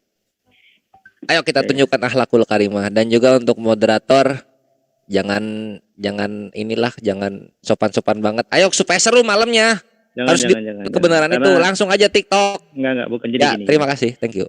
Kalau ya makasih Pak Kores. Oke, Jadi gini, kalau sorry Pak Erben, jadi kita tidak berpolemik. Jadi memang kalau sedikit membosankan bagi anda yang menyukai polemik di luar sana ya silakan. Tetapi ketika saya dimintai moderator, tentu saya bilang ke Pak Erben, tetap objektifnya adalah kita membantu teman-teman di luar sana mempunyai literasi lintas iman yang baik. Silakan Pak Erben. Oke. Ya, ini aku sebentar, aku ini lagi ya. Ini ke moderator bukan ke narasumber. Karena begini, kalau misalnya apa yang ditanyakan itu mewakili apa yang ada di viewer juga gitu. Ini belum dapat banget gitu loh. Karena biasanya baik dari kekristenan maupun Islam, ya. Fokusnya kepada pertanyaan Pak Zuma, Pak. Jadi jangan dicampur adukan dengan netizen. Jadi netizen bisa belajar dari pertanyaan Pak Zuma dan bisa mengambil informasi dari apa yang Pak Zuma dan Pak Erben. Itu dia, pertanyaannya udah jelas banget, cuma jawabannya harus jelas juga gitu. Kadang kurang memuaskan. Jadi biarin aja ditanya sampai tajam gitu loh. Oke, kita akhiri aja ya. Diakhiri aja. Jangan begini. Pak Kores, ini kan kita investasi ke depan untuk hal-hal yang baik gitu ya. Jadi kita mencerdaskan, kalau dalam prinsip yang kami dengarkan agamamu ke agamaku, kita selalu praktekkan itu supaya teman-teman tidak saling menyalahpahami. Di saat nanti teman-teman Kristen bertanya tentang iman Islam, diberikan jawaban yang sebaik-baiknya supaya kami juga tidak menyalahpahami, kira seperti itu. Jadi sekarang fokus kepada Pak Zuma dan Pak Erben dan kita mengambil intisari dari apa yang mereka. Aku nggak ke narasumber, ini ke moderator gitu. Jadi kalau bisa biarkan aja dilonggarkan gitu supaya semakin tajam jawabannya semakin enak gitu loh. Cuman ya terserah. Gini, nanti kita bicarakan nanti Pak. Sekarang kita selesaikan dulu diskusi ini. Nanti masalah format perbaikan jangan diinterrupt seperti ini. Biarkan saya sebagai moderator yang menentukan arahnya dan saya pastikan akan netral dan objektif. Silakan Pak Erben. Bosan. Ya udah lanjut aja nggak apa-apa. Dari tadi. Bang Arben, saya lihat kami dengar di sini ya. Ini siapa yang tadi yang bilang ya netral? Ya, sip, wah, nggak apa-apa ini kok. Selama tidak ada hujatan menurut aku. Ini kenapa saya di-mute ya? Ini masih diskusi. Iya, sebentar. Moderator biar aku ngomong dulu supaya mendengar. Enggak bisa Pak Kores. Ini saya lagi. Enggak ada yang dipojokan di sini. Aku cuma bilang moderatornya udah bagus kok, tidak ada pemojokan dan sudah bisa netralisir kata-kata hujatan gitu loh. Seperti itu tolong di buff aja tuh di waiting room. Itulah kenapa aku mute all tadi tuh, maaf. Karena mute all kan nggak bisa perorangan. Ya wes, yuk silakan lanjut moderator, kita juga sudah sekitar berapa nih? 20 menit lagi. Ya baik, silakan Pak Erben. Makasih Pak Kores. Oke, Bro Juma tadi kan coba mengutip dari raja-raja bahwa yang disembahnya Allah. Tetapi karena Bro mungkin tidak utuh membaca kitab raja-raja, di sini lalu Batseba berlutut, sujud menyembah kepada raja. Apakah raja di sini adalah Allah? Tidak. Masuklah ia menghadap raja lalu sujud menyembah kepadanya? Tidak. Jadi di sini kita harus menempatkan kata pada konteks. Kalau kata itu dilepaskan dari konteks, itu berbeda. Sama seperti bisa. Bisa itu bisa racun. Bisa itu bisa dapat melakukan. Gila. Gila itu bisa orang gila. Tapi gila itu juga artinya hebat. Wih, Messi malam hari ini mainnya gila. Gila di situ artinya hebat banget. Cetak gol 3. Jadi di sini kita harus memiliki kemampuan menganalisa kata dengan konteks, bukan memperkosa kata melepas dari konteks. Itu kalau penyembahan itu. Tidak ada orang Kristen Tritunggal yang sejati ketika menyembah Yesus, bahwa Yesuslah Bapa itu sendiri, Yesuslah Allah Bapa Sang Pencipta itu, nggak ada. Saya pikir udah jelas. Saya akan tunjukkan ini. Menurut saya perlu saya kasih tahu sama Bro Juma. Ya, jadi gini Saudara Erben, saya paham itu ya, tentang penyembahan-penyembahan seperti data yang Anda kasih, saya ngerti. Di dalam 1 Samuel 25-23 juga di situ ada diterangkan bagaimana kemudian orang-orang ketika Abigail melihat Daud juga sujud menyembah ke tanah di hadapan Daud. Apakah kemudian Daud itu Tuhan? Tidak. Tapi permasalahannya di sini tentang Yesus.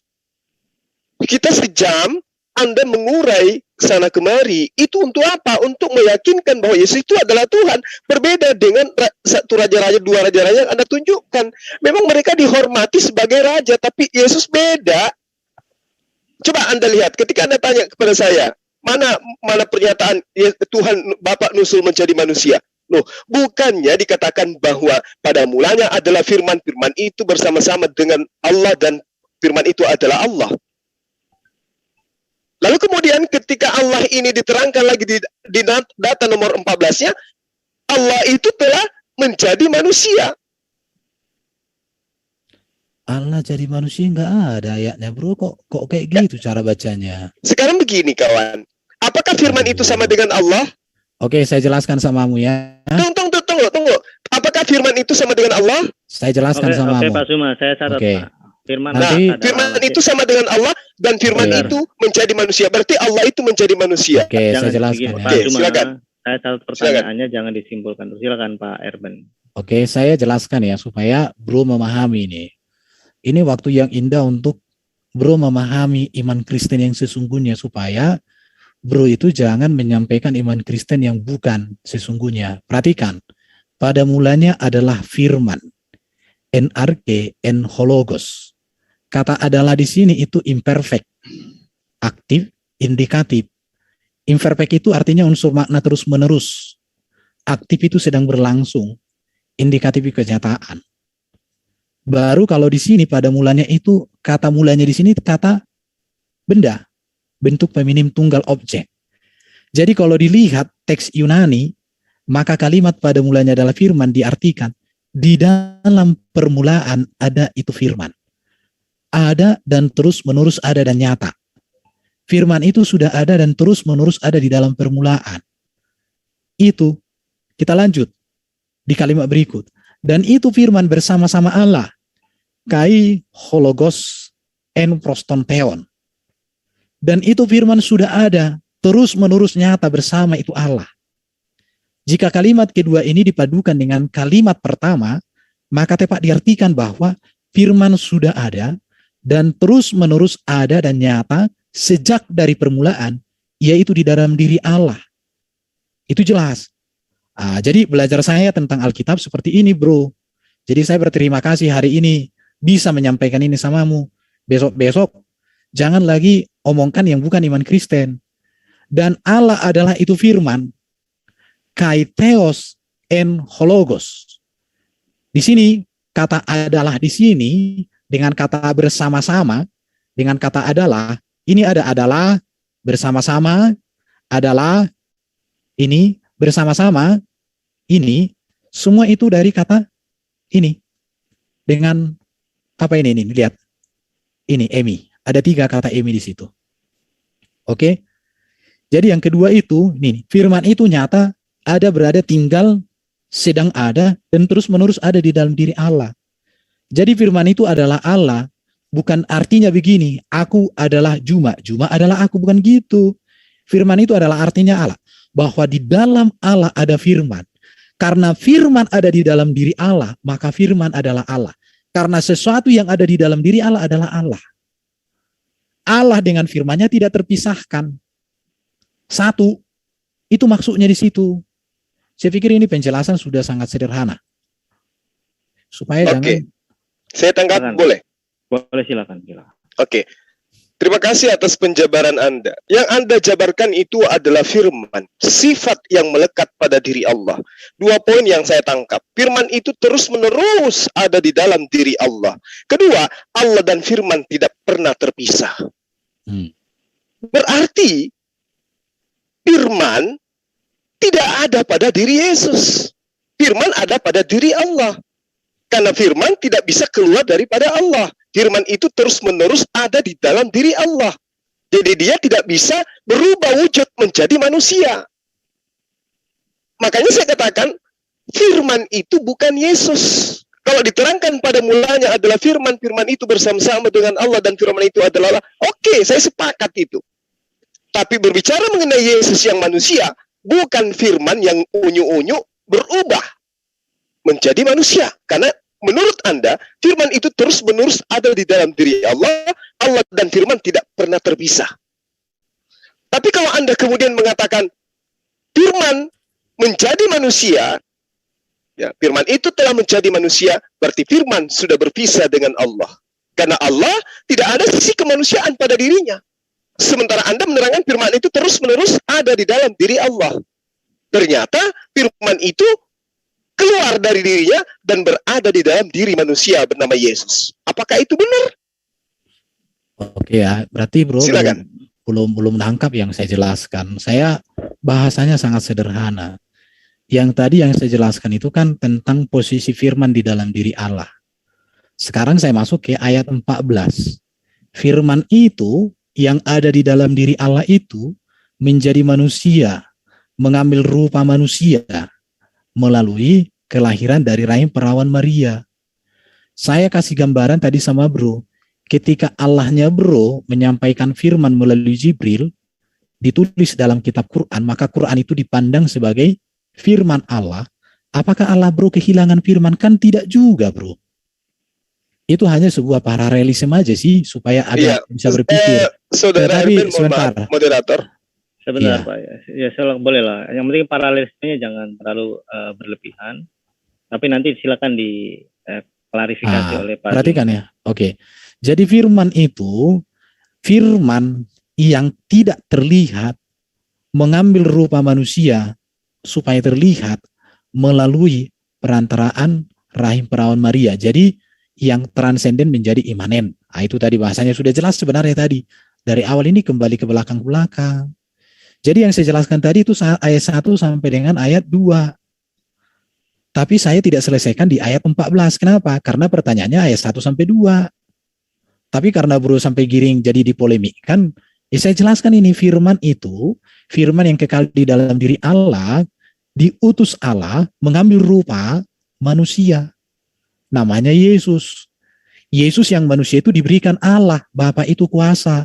Kuasa mengampuni dosa, kuasa mendamaikan, kuasa menyelamatkan, kuasa mengatasi iblis. Dan itu dibuktikan Yesus. Yesus tidak hanya ngomong, tapi dibuktikan dengan kehidupannya. Makanya orang Kristen menyembah kepada Yesus Raja segala raja yang sudah mengalahkan kematian, bukan yang hidup dalam kematian. Baik, Iya. baik Pak Erben. Saya pikir begini Pak Erben, Pak Zuma, jangan kembali lagi ke masalah firman karena tadi sudah ada penjelasan kunci dari Pak Erben, Pak Zuma terkait imanen, transenden dan imanen, ya, pewahyuan yang saya catat. Jadi apakah masih mau dilanjutkan ke masalah yang ketuhanan karena ini sudah mendekati waktu-waktu terakhir Pak Zuma? Saya hanya ingin meluruskan tentang apa yang diterangkan Saudara Erben mengenai firman di dalam Islam. Silakan. Oke, jadi ketika Anda mengatakan sama dengan Al-Quran, firman dibukukan menjadi Al-Quran. Nah ini yang harus saya luruskan. Tidak ada satupun manusia beragama Islam yang meyakini bahwa firman berubah menjadi buku. Tapi yang ada adalah firman yang diwahyukan dibukukan dalam sebuah lembaran kertas, kemudian disatukan menjadilah sebuah kitab. Dan kitab itu bukan Tuhan yang nusul, bukan Tuhan yang ngambil rupa kertas atau rupa buku. Dan tidak ada kemudian umat Islam yang menyembah buku berupa Al-Quran. Al-Quran, firman menjadi Al-Quran, artinya bahwa firman Allah yang diwahyukan kepada baginda Rasulullah Muhammad SAW itu dibukukan dalam sebuah kitab namanya Al-Quran. Bukan firman sifat Allah kalamullah yang kemudian nusul berubah menjadi buku, bukan. Tapi rangkaian ketetapan hukum-hukum Tuhan ditorehkan di atas sebuah buku, dan itulah yang disebut kitab suci Al-Quran. Berbeda dengan pemahaman Anda terhadap Yesus. Yang Anda katakan adalah firman yang melekat pada diri Tuhan, dan firman adalah Allah, itu berubah menjadi manusia, telah menjadi manusia. Tapi ketika dipertanyakan siapa yang dibangkitkan, Anda mengatakan manusianya yang dibangkitkan. Padahal yang menjadi manusia adalah firman. Berarti yang dibangkitkan adalah firman. Gitu Saudara Erben. Oke, jadi Bro kembali membuat sebuah framing yang menurut saya tidak menyimak apa yang saya sampaikan. Tidak ada di dalam kalimat saya dan Alkitab yang mengatakan firman itu berubah kayak Power Rangers. Nggak ada. Firman menjadi manusia, berubah iya, bukan berubah di situ. Loh. Apakah menjadi manusia? Saya sudah jelaskan tadi, itu artinya mengambil rupa. Itu yang disebut dengan inkarnasi. Sebentar Pak Zuma, Pak Erben. Iya. Tadi Pak Zuma, Pak Erben. Saya pikir nggak usah dilanjutkan ke yang tadi lagi, karena tadi sudah dijelaskan Pak Zuma konteks perubahan itu mungkin dalam bahasa yang dimaksud adalah inkarnasi, kira-kira seperti itu. Ya, yang artinya berubah. Bukan yang saya tadi Pak Erben sudah menjelaskan itu Pak Zuma, bukan perubahan seperti dari benda padat ke cair kayak seperti itu. Firman tetap dalam diri Bapa yang tadi saya catat. Saya pikir gini Pak Zuma, terima kasih atas penjelasan mengenai tadi konteks firman Allah dalam Quran gitu. Apakah ada pertanyaan lain Pak? Karena waktunya sudah semakin singkat. Kalau tidak kita langsung ke closing statement supaya tidak terlalu panjang juga sesi ini. Dan iya, artinya gini Bang, mau sampai kapanpun intinya Saudara Erben akan tetap saja tidak mampu membuktikan bahwa jangan ada kata-kata itu. Oke. Gini. Jadi gini Pak Zuma, saya pikir Pak Kores mau izin kita untuk langsung closing statement. Silakan diawali dari Pak Zuma dulu, nanti ditutup Pak Erben. Salah kasih sejati duluan. Tadi yang duluan siapa ya? Saya duluan tadi. Oh iya, berarti dibalik sekarang yang duluan adalah Pak Zuma, diakhiri oleh Pak Erben. Kasih sejati duluan. Kok kau yang ngeras, Kores? Nah, ini closing statement harus netral ya. Nanti saya akan tegur netral dong, Kores. Closing statement itu saling menyerang atau tidak. Ini siapa Kang Kilang Minyak lagi ngomong-ngomong? Sebentar ya, ini moderator. Sebentar dulu, Seger. Yuk lanjut. Sebentar dulu, yang lain di-mute dulu. Pak Kores, closing statement biasanya setiap kali saya moderator itu bergantian. Yang tadi di awal itu opening duluan, nanti closing berarti terakhir. Sebaliknya seperti itu, dan harus closing statement jangan dimanfaatkan untuk memberikan serangan yang tidak bisa di counter. Jadi tidak boleh. Closing statement harus justru memberikan apresiasi terhadap apa yang sudah lawan diskusinya itu sampaikan, bukan untuk menambahkan framing-framing baru, premis-premis baru, apalagi kesimpulan yang tidak bertanggung jawab. Jadi silakan. Oke, bisa dipegang ya? Bisa, tenang Bro. Oke. Silakan closing statement dari yang tadi sebelumnya yang mengawali adalah Pak Erben, sekarang dari Pak Zuma. Silakan Pak Zuma. Baik, terima kasih atas kesempatan yang diberikan kepada saya. Jadi terima kasih Saudara Erben telah mengangkat tema ini yang pada intinya bahwa kata Tuhan yang dinobatkan kepada Yesus itu kita sudah urai, dan saudara pun mengakui bahwa Tuhan dalam arti bahwa Yesus ini tidak setara dengan Sang Bapa, Sang Pencipta dan seterusnya. Itu poinnya di situ. Lalu kemudian ketika saya mengatakan bahwa Anda menyembah Yesus, sementara di dalam 2 Raja-Raja 17:36, Yesaya 66:23 yang harusnya disembah dalam perspektif Tuhan Pencipta langit dan bumi itu hanya Allah saja, yang sahabat mungkin sebut dengan sebutan Bapa. Dan lagi-lagi saudara mengatakan bahwa penyembahan terhadap Yesus itu sama ketika penyembahan terhadap Daud, penyembahan terhadap Musa dan seterusnya. Artinya bahwa salahlah orang-orang yang menganggap Yesus itu adalah Sang Bapa itu sendiri yang nusul menjadi manusia, dikarenakan karena ternyata Tuhan yang Anda maksud ini adalah sebagai kurios, sebagai Tuhan yang diberi kuasa oleh Tuhan di atas muka bumi ini. Artinya dari saya mengambil poin yang sangat bermanfaat dari paparan-paparan saudara yang berdata dan berdalil bahwa Yesus kedudukannya tidaklah lebih besar dari Sang Pengutus. Posisinya hanyalah utusan, dia adalah manusia yang kemudian Anda katakan memiliki dua natur, satunya adalah natur manusia, satunya adalah natur keilahian. Sangat disayangkan kalau saya sendiri mengatakan bahwa pada sisi Bapa itu tidak ada sisi kemanusiaan. Hanya Yesus yang memiliki sisi kemanusiaan dan memiliki sisi keilahian. Sementara sisi keilahian yang Anda maksud itu adalah pekerjaan-pekerjaan yang dilakukan Yesus, seperti membangkitkan, lalu kemudian mengatakan dosamu telah diampuni, itu adalah pekerjaan-pekerjaan diperintahkan oleh Tuhannya untuk ia lakukan di tengah-tengah Bani Israel. Jadi sisi keilahian yang dimaksud Yesus itu adalah sisi mukjizat yang diberikan Tuhannya kepada Yesus. Jadi tidak ada kemudian hal yang bisa Anda utarakan menurut penilaian saya yang bisa mengangkat posisi Yesus sebagai oknum yang senantiasa menyembah taat kepada Tuhan, berubah menjadi Tuhan itu sendiri. Saya kira begitu, sahabat RBN. Terima kasih atas kesempatan yang diberikan untuk kita membahas tema ini. Ya, mudah-mudahan Anda panjang umur, sehat selalu, dan bahagia bersama dan keluarga. Moderator, terima kasih, Anda sangat luar biasa. Terima kasih. Pak Zuma, terima kasih atas closing statement-nya. Silakan Pak Erben mengefektifkan waktu. Closing statement 2-3 menit, jangan terlalu lama, pada poinnya, dan apresiasi kepada pihak, bukan lawan ya, tapi partner dialog gitu. Terima kasih. Silakan Pak Erben. Oke, terima kasih Bro Juma. Diskusinya sangat hot, indah, mantap. Kayak gini lah yang mantap. Terima kasih Bro Edo ya. Jadi Bro Juma, saya mau tegaskan sama semua orang, ketuhanan Yesus itu berbicara ke penguasaan Yesus sebagai Mesias, sebagai Kristus.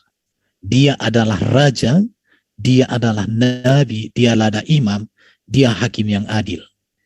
Maka kekristenan tidak memahami bahwa Tuhan Yesus artinya bahwa Yesus Bapa sendiri, atau Yesus adalah Bapa di surga yang jadi manusia, bukan. Kalau ada orang menganggap bahwa Yesus adalah Bapa di surga sendiri yang jadi manusia, itu jauh dari yang namanya ajaran Tritunggal Kristen sejati. Dan iman Kristen itu berpusat kepada ketuhanan Yesus yang berasal dari Allah Bapa di surga. Di situ. Jadi ini yang selama ini banyak orang salah memahami tentang beda kata Tuhan dan Allah. Tidak bisa membedakan antara sifat keilahian Yesus yang kekal di dalam diri Allah dengan sifat kemanusiaan Yesus yang baru ada setelah dilahirkan atau ada di dalam rahim perawan Maria. Dan saya mau katakan sama bro, kalau ada orang mengatakan Yesus adalah Bapa itu sendiri, itu sudah diputuskan oleh bapak-bapak gereja, itu keliru ya. Orang mengatakan bidat. Tapi kalau orang lagi emosi dikatakan bodat, ya udahlah urusan berikut lah itu ya kan. Jadi di sini kemanusiaan Yesus itu memang berasal dari rahim Maria. Maka karena itu Yesus mengatakan dia lebih kecil dari Bapa kemanusiaannya. Tetapi keilahian Yesus sebagai firman itu kekal di dalam diri Allah. Ini yang perlu saya tegaskan kepada kita. Jadi bagi kami kemesiasan Kristus itu menegaskan ketuhanan Yesus, bahwa dia berkuasa. Dan karena itulah maka di dalam kekristenan tidak ada keraguan bahwa Yesus inilah juru selamat. Tidak ada keraguan bahwa Yesus inilah yang bisa membawa kita ke surga. Tidak ada keraguan bahwa Yesus inilah yang bisa memimpin kita menang atas dosa, atas iblis, atas maut. Karena kepenguasaan Bapa, Bapa nyatakan melalui Yesus, di mana Sang Firman yang inkarnasi jadi manusia yang bernama Yesus itu. Inilah indahnya kalau orang mengenal Yesus dengan benar berdasarkan Alkitab. Bukan berdasarkan orang-orang yang mantan pernah baca Alkitab tapi enggak utuh. Jangan mantan-mantan orang yang baca Alkitab tapi enggak utuh ya. Itu keliru namanya itu. Kalau orang Batak bilang, "Pening aku tente," kalau kayak gitu. Makanya orang Kristen tidak pernah membangun pemahaman di luar daripada Alkitab. Dan Alkitab ini menjadi pondasi iman Kristen untuk mengenal Yesus dengan luar biasa. Jadi mulai malam hari ini saya mau tegaskan sama Bro Juma, kalau ke depan kita dialog, pahami perbedaan makna kata Tuhan dan Allah. Pahami arti kata Tuhan kepada Yesus itu menunjuk kepada kemesiasan, kepenguasaan daripada firman yang inkarnasi jadi manusia. Barangkali itulah yang mau saya sampaikan. Saya hanya menutup, jangan ragu untuk percaya kepada Yesus. Karena Yesus mengatakan, "Akulah jalan, kebenaran, dan hidup. Tidak ada seorang pun sampai kepada Bapa kalau tidak melalui aku." Karena hanya Yesus yang